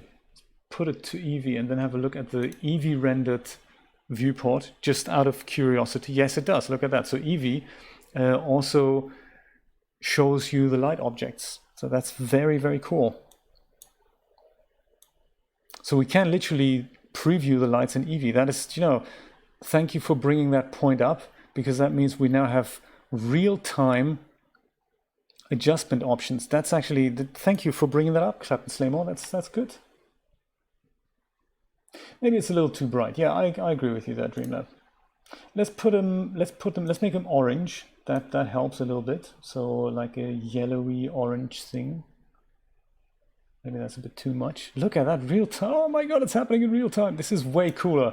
I'm totally not used to that. It could be that adds to it. I'm going to tone this down to maybe 20. That's those. And then there's these. So that'll be also 20. Make them a little bit darker and turn them into, well, how do we turn them into the same light color? Well, let's use a hex value, shall we, that we can remember. It's probably a really funky trick to it, but I'm just going to go copy the hex value of that. FFF6BE, just in case I don't remember.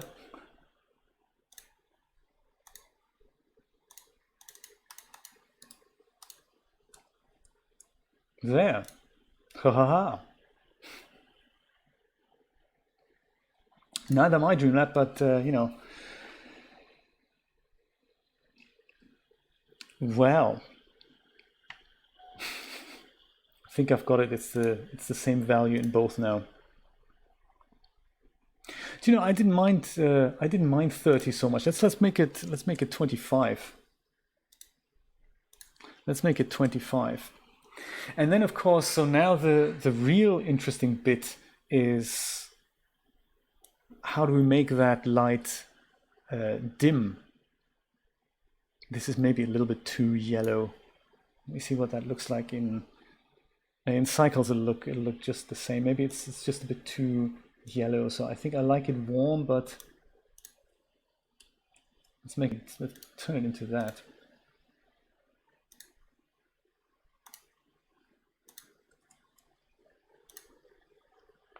Yeah, nice and red and warm. Do you know, Captain Slimo, the thing is, I would love to, this is the bit I tried out to actually put proper materials on this. So right now, none of the materials here are good materials. They're just a diffuse texture, but that's really all there's to it. And ideally, I'd like to select the surfaces and just apply a new material that's made for Blender, properly set up. And there is a plugin that I've tried out here, the Extreme PBR add-on for Blender, and that didn't quite work the way I had expected it. It's way more complicated to use than I thought it was going to be used. But yes, this set is available completely rigged for DAZ, by the way, so with DAZ materials. It's called the Iron Man 13 something like theater. Do you know, we can look at that, Dreamlab. Let's see what happens. Let's see if we can actually dim this as we go in. So I'm thinking like we go to about here, frame 884, and I would start dimming some lights, and then maybe we go here and then we start dimming the other lights. So I'll just do them in stages. Let's go here, 886, that's cool. So if I wanted to put a keyframe here, usually I hover over the parameter that I want to change and press I. We want to change the power output of the light. Let's see if it works. I've never tried that. So let's go press I. There we go. It turns yellow. That's perfect. Now we go to the next keyframe, which is about kind of here. And that's where we change the value. So at this point, we want this to be 0. 0, and then we need to press I again as we're on it, and then Blender has set the second keyframe here. So now half of our lights are out, and the middle bit will be calculated. So this is now them being switched off. And now we need to switch off the other group of lights. And since those are less, I'm going to go and put an I here. How long did that take? From 885 to 918. Well, I could just, you know. At this point, I'm going to set another keyframe for the other lights now. There we go, I on this. Bye, Steve. Thanks for dropping by again. That's very nice. We both came and went. And then I go and put this here. And this is now where I'm going to set this to 0. Oh yes, and also press I. There we go. So now we have these two groups of lights switching themselves off. First these go and then those go. That's kind of cool. I like that. And now we can look into maybe now switching off these lights. I mean, they're not lights, they're material. So that'll be interesting if I can switch those off as well. But this is going to look nice in the render. If we go into here, light's still on. Now light goes gradually off and the presentation starts. But yes, like here, for example, at this point, I could now go and set another keyframe and literally turn all these dots of light to 0, or maybe even do the same with this, with the seat lights. That's a cool idea. We still have the seat lights in place. So maybe they could be switched off at this point. I like that. I like that. Let's do that. If I can find it, that's not them.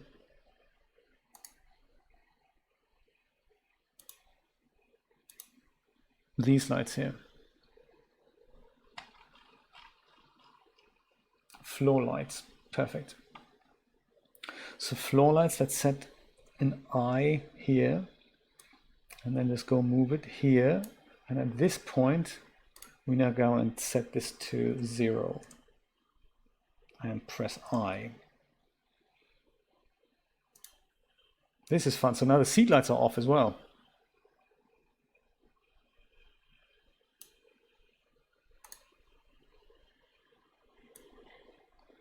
Lit auditorium, first group of lights, second group of lights. Seat lights go off. I like it.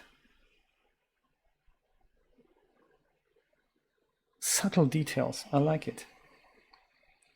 I'm going to save this over the current thing, which is the cinema, whatever it was, 14, I think.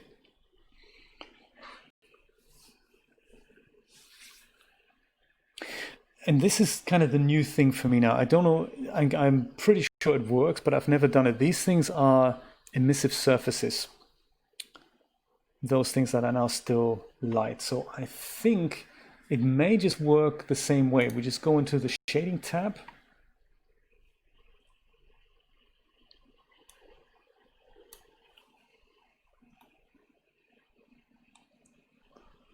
See if I can select those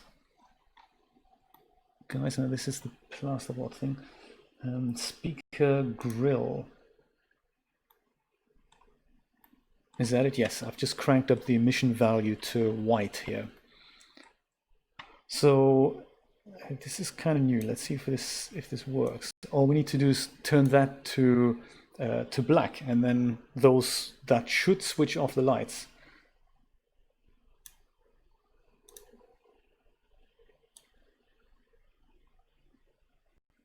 Lights go off, seat lights go off, and at that point we can just go maybe the 1100. That's a good point to switch them off.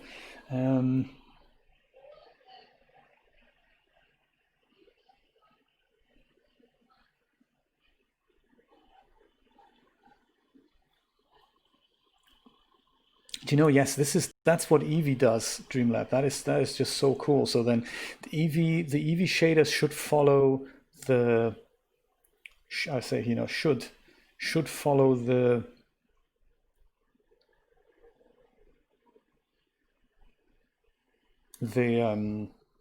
cycles lights. I just don't know if I can animate the emission channel. Let's have a look. If I go and click I, oh my God, it works. Of course it works. Oh, that's fantastic. So from here to about here, at this point, we drag this to 0, hit I again. Oh my God. That's cool. It doesn't work on the right. Actually, on the right, the speakers are black. On the left, they're pink. So I don't know, they're gray. I don't know what that's all about. Maybe we need to have a look at that in a moment. Speaker grill left. Do we not have the speaker grill right then? Never noticed that before. But the shader is certainly changing, so that's very cool. Do you know, I wonder if there is a way to snap to a keyframe. Oh yeah, of course there is. Probably with one of these things. Jump to endpoint, jump to keyframe. Yes. Because then I can make all of these happen at the same time.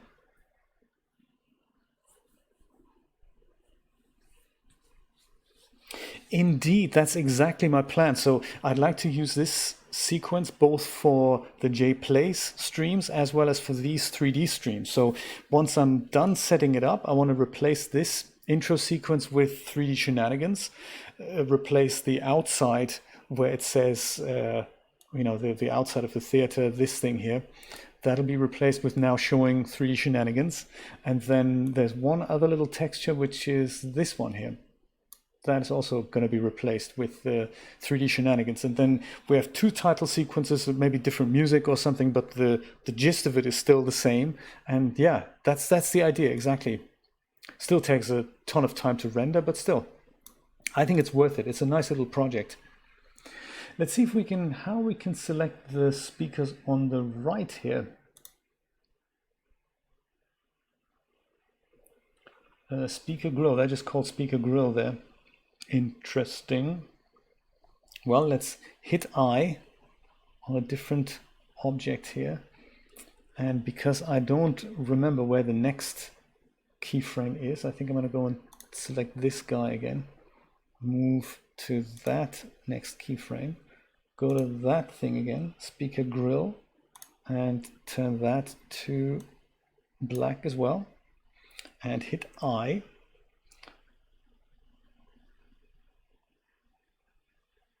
Did that do it?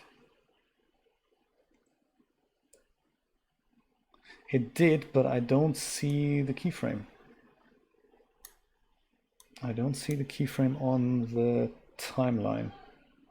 And I don't really know why. Perhaps I don't need to know because it looks like it's working fine. I just don't know why the speaker itself here is set to black. So I think that's wrong. What is the other speaker set to here? Speaker. It looks like there's no base color. Let's go copy that base color from this speaker over to that speaker. Aha, both speakers look alike. Cool. There. So that's they are speakers, but we're using them as lights, so that's the thing. But the interiors, the interior is still black here, so I think the speaker grill also suffers from something.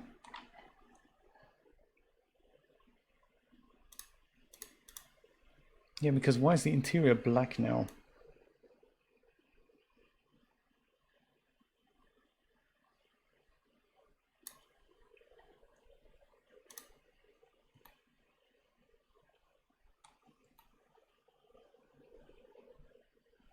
I don't really know. That's the emission shader.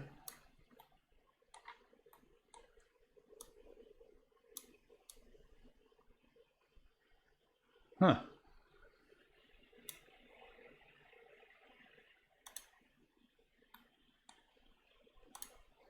Speaker grill, that's the same on here, isn't it? Speaker grill. That's just gray here. I don't know why. The only thing that is changing here is in fact the emission shader from here to there.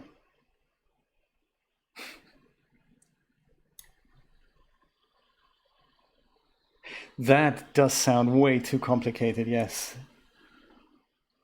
Also, there's a limit as to the amount of buttons I can remember to press. It's bad enough as it is right now, but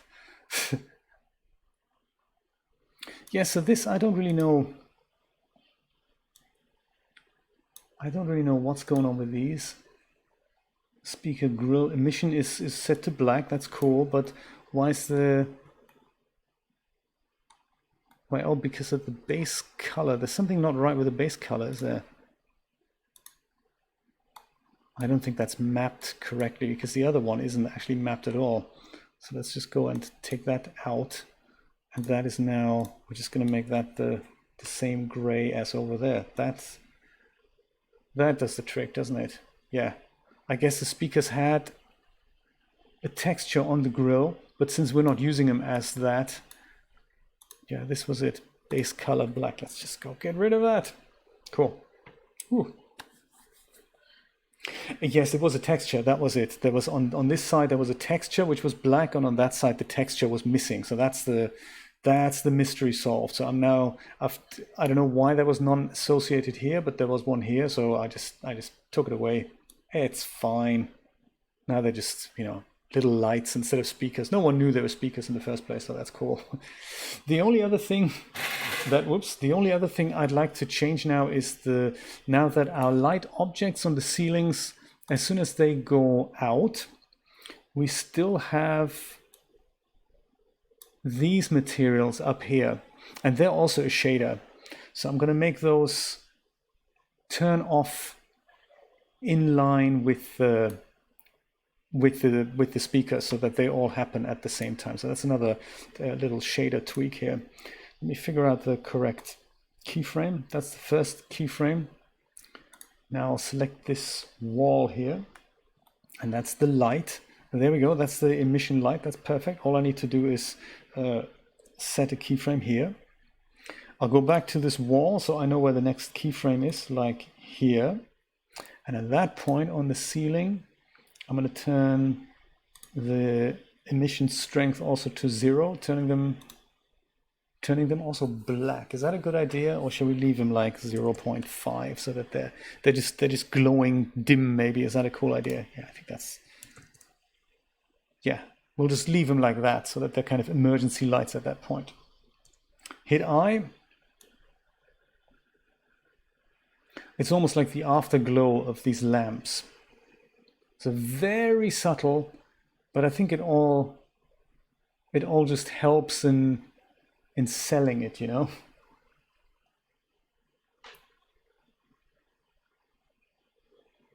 Safety lights, that's exactly the feature we're looking for. Well, it would be a shame not to see what this actually looks like. So let's make a very quick render from about here. Yeah, let's say from frame. First of all, we're saving this, very important. And instead of EV, I guess we'll use cycles. Do you know? Let's go and have a look what happens at the end point when everything is switched off, and we'll just go and step through bit by bit here and have a look what the light looks like. So right now we're bright. That's perfect. This is still, you know, movie's about to start, and now the auditorium is darkening up a little bit.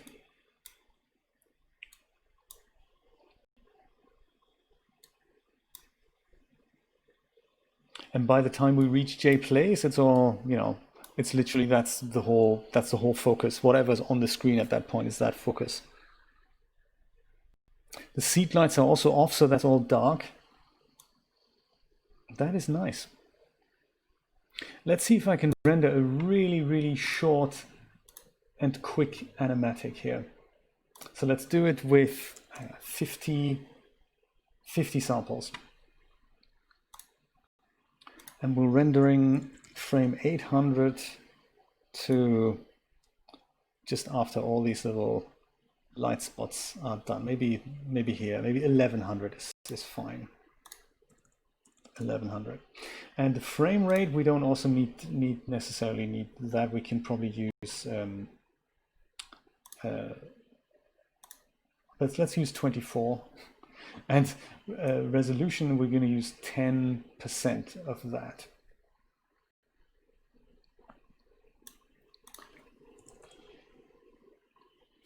Let's see what that looks like just on one single frame. This is the size of it.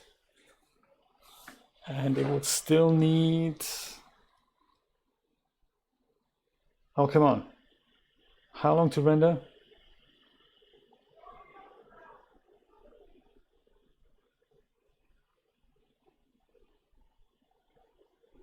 Oh, come on. That's ridiculous. That should go faster. It's 50 samples, for Christ's sakes. Is that because we've got so many light sources there? That is taking way longer than I thought. I was going to suggest we can wait for the whole animation to render, but I think that's going to take too long. Could be that it was the first time it does that. 36 seconds per frame. I can't make you wait for 300 times. Oh, there we go. Now it's only 8 seconds. Yeah, let's do that. That should work, right? We have the time. We can talk about things and stuff. Let's go and turn that into an AVI sequence just quickly. And we'll call it Cinema V6. Yeah, let's do that. Woo, okay. Save it just in case things go horribly wrong. And go render the animation. Mr. Wise, how you doing? You're just in time for, there we go. You're just in time. We're rendering 300 frames quickly, I think, of this animation we've been working on in a really low resolution so that we can just get a bit of an impression of what we've just prepared. So going in, we were adding lights yesterday. I thought they were great. Then I took them out again, couldn't quite make up my mind. Was kind of missing them. And now I brought them back with the addition that we've animated the lights now as well. And we're just about to see that result. I'm not sure how long this is going to take. It could be about 10 minutes until we're ready to watch this in a super low resolution. But maybe it'll be worth it. Maybe it'll be worth it.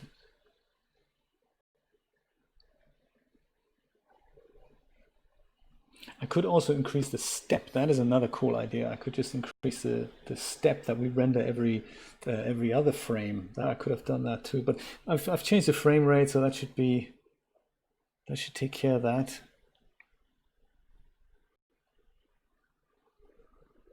I was going to suggest maybe it's just going to take 5 minutes or so, but it looks like it'll take a lot longer. Let me just do the maths here. If we have about 10 seconds a frame. So yes, 10 seconds a frame, and we're still talking about 500 frames. That's 5,000 seconds divided by 60. That's 83 minutes. That's an hour and a half. I'm not going to have you guys sit through this. That's ridiculous. That would be ridiculous. So let's not do that. Let's cancel the project here. I'm going to do this overnight, and we're going to have a look together tomorrow. But we can kind of see in the viewport what's happening here, especially with the Eevee engine. It gives us a little bit of an idea of what to expect. Eevee renders this a little bit brighter, I think. This isn't actually Eevee. This is LookDev, isn't it? Let's go put this to Eevee and put it rendered. There we go. So yes, it's not exactly accurate results. The mood is a little bit more accurate there. But yes, all that rendered in cycles, that should look pretty good. We go through here, go into here, and this is the part we've actually changed. We've added some lights here. Auditorium looks fairly bright, but now of course the show is about to begin, so ceiling lights go off, lights on the sides go off, lights in the seats go off, and then we see the show. I like that. Well, let me kick this off as an overnight render.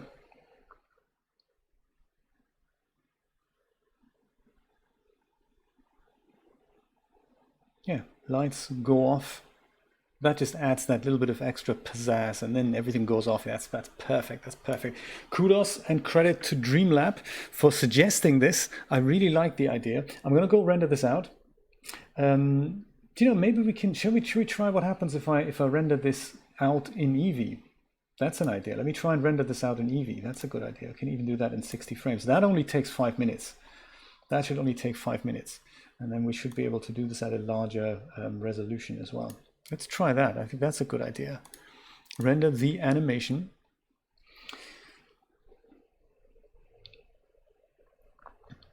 He says now half an hour later, we're finally watching it. You bought a ticket yesterday, Captain Slaymore. Yesterday you paid. Today is the actual show. Much appreciated, by the way, your super chat donation there. I've added you to the list of recent supporters on the right, of course. So yes, thank you very much for that. Very nice of you.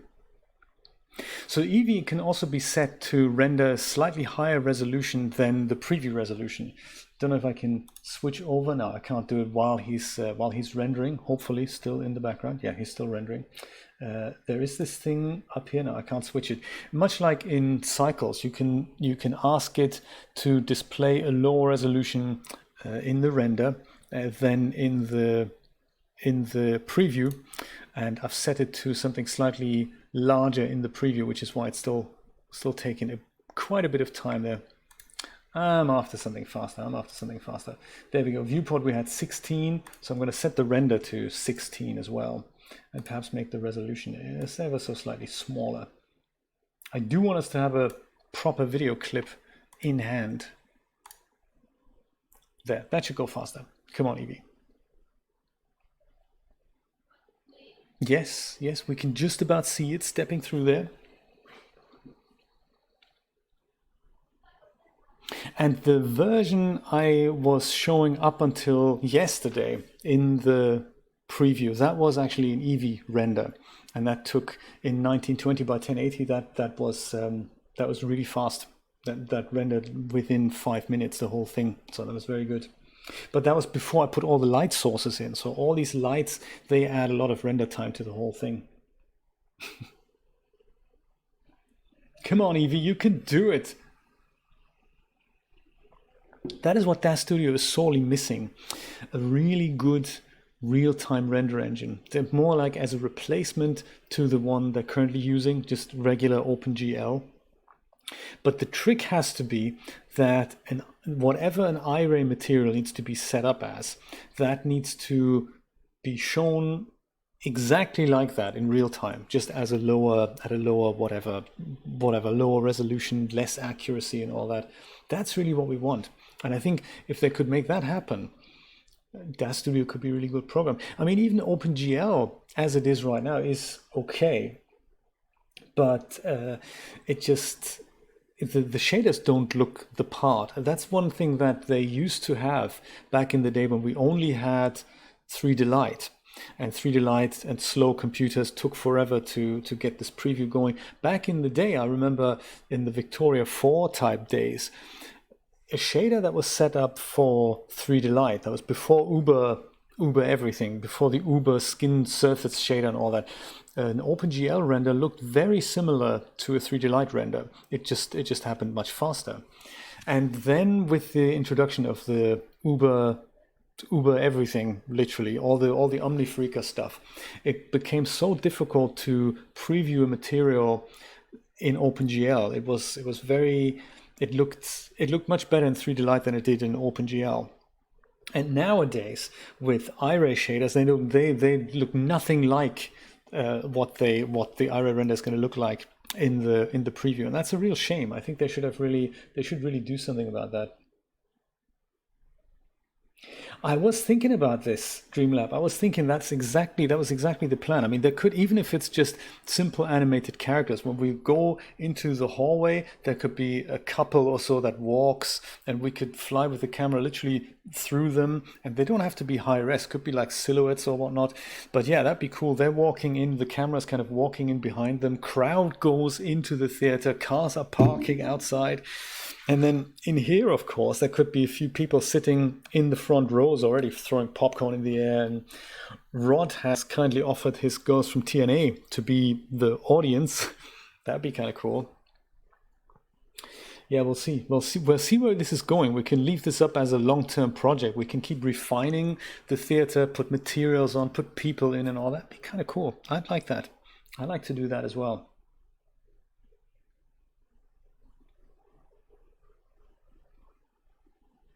You're right, and Captain Slamer, also Lux Render, had, I speak in the past, sadly, had some really good advantages. Like, I like the way that you saw a render come together and you pause the render, change the color correction and continue the render, and the color correction would then be applied to the half-finished render. You didn't have to start from scratch. That was really cool.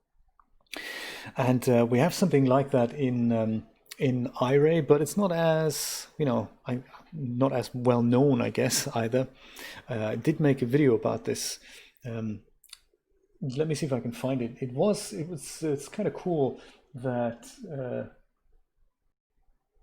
that you could.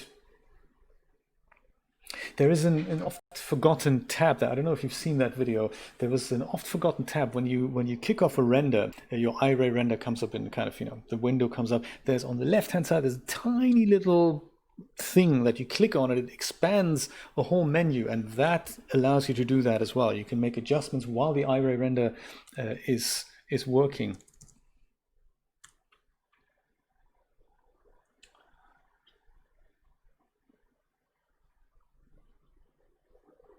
It's a few weeks old, and I don't remember where that is.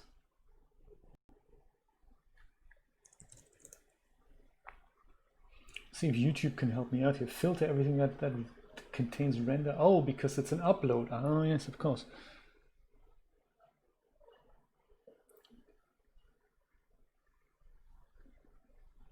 Indeed, indeed. It was along the same lines, exactly. You pause the iRay render. There we go. This is it. Get shareable link. There we go.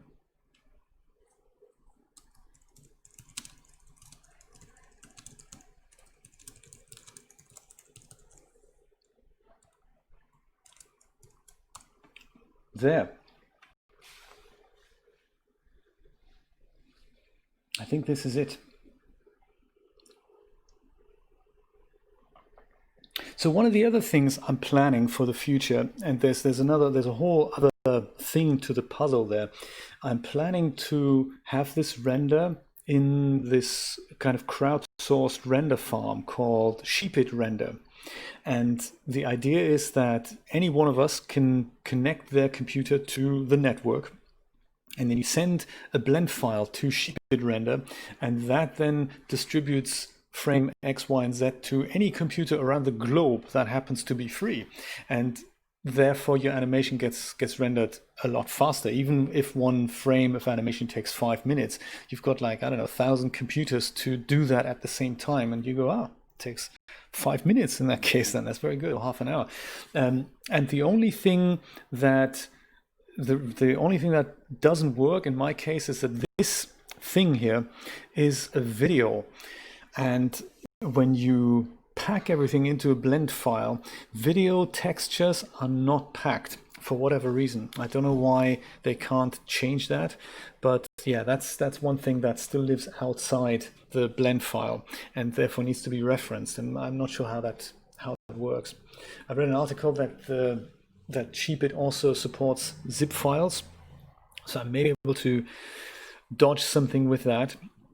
But yeah, so when I put this file across to my render nodes, then they also don't see the video, and I have to not only do I have to link to it, I also have to reset it up where it starts and where it kicks in, because it doesn't start from frame 0. It starts kind of it hangs in there, and when we approach the antechamber to the auditorium, then it starts playing, and those values have to be reset as well, which is a little bit annoying and cumbersome. But that's the reason why I didn't use Sheepit yet. That's also part of the plan, and I've registered yesterday, but I've not added a test job there. That's something we can also try. Maybe tomorrow. Be kind of cool.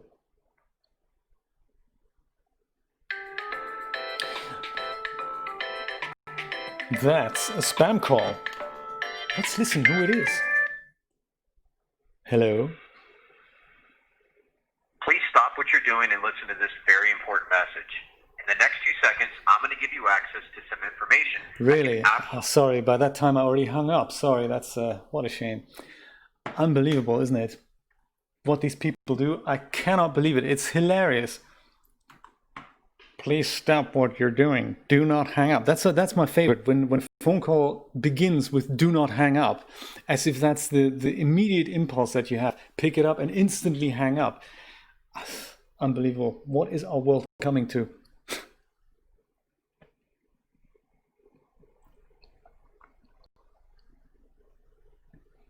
And they were all rendered, right, Rod? Absolutely. And I wonder why, Captain Slaymore, why have they not? I know that Jack Tomerlin, he had this running on his server at home, or on his whatever farm that he has.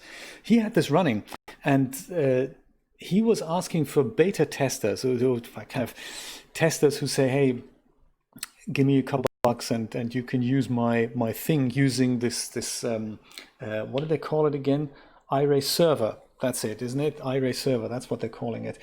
And he used it, he had it running NVIDIA are selling it. I don't know why no one's come up with the product yet. I wonder if you'd have to charge vast amounts of cash to do it.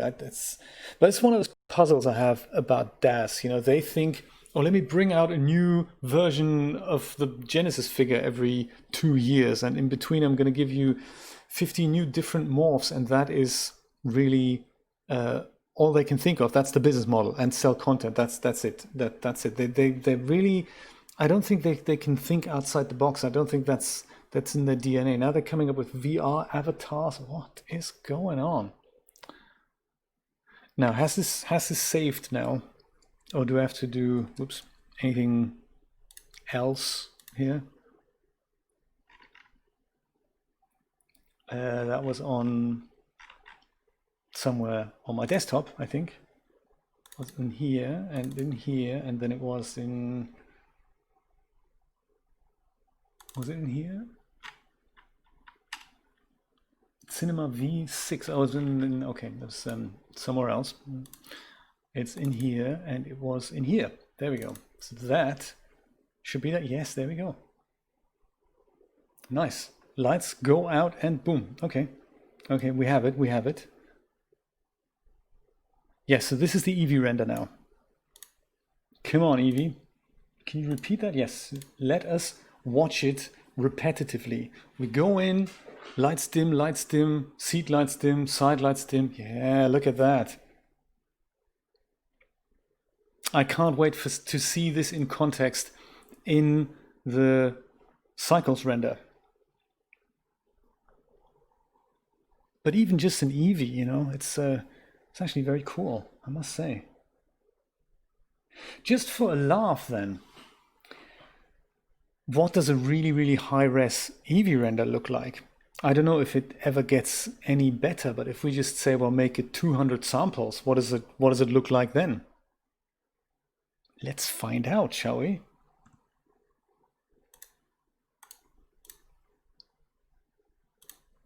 That is a very good idea. And you know, I really enjoy this being creative collaboratively. I really like that. I think we've got something here. Like this outdoor scene. So right now this is already Eevee, but it's the same, it's 16 samples here. So what if we go and crank this up to 256? Oops, that's in the viewport, isn't it? Sorry, my mistake. 256 in the render, and then we just go and have one still render of this, perhaps in a slightly higher resolution than this. And how long does it take? Yeah, let's make that bigger. Oh, maybe you can go full. Well, let's go 80%. Let's go 74%, 75%. There we go. Right. Oh, doesn't let me move it while it's working on it. I guess it's a GPU thing. I think so too, Dreamlab. With cycles, it's going to be, it's just going to look that much more accurate and dark when there really is no light. So I don't actually see a big difference between 16 and 256 samples. Maybe it's more about reflections that you get to see.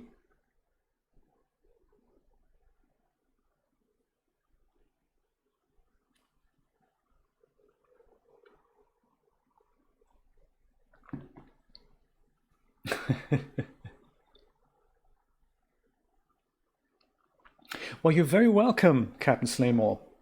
My friends, I think now I'm actually going to leave this. I left before, I came back, we did this, I love it. I'm going to go and kick this off on my many machines here. Let me go set this back to cycles.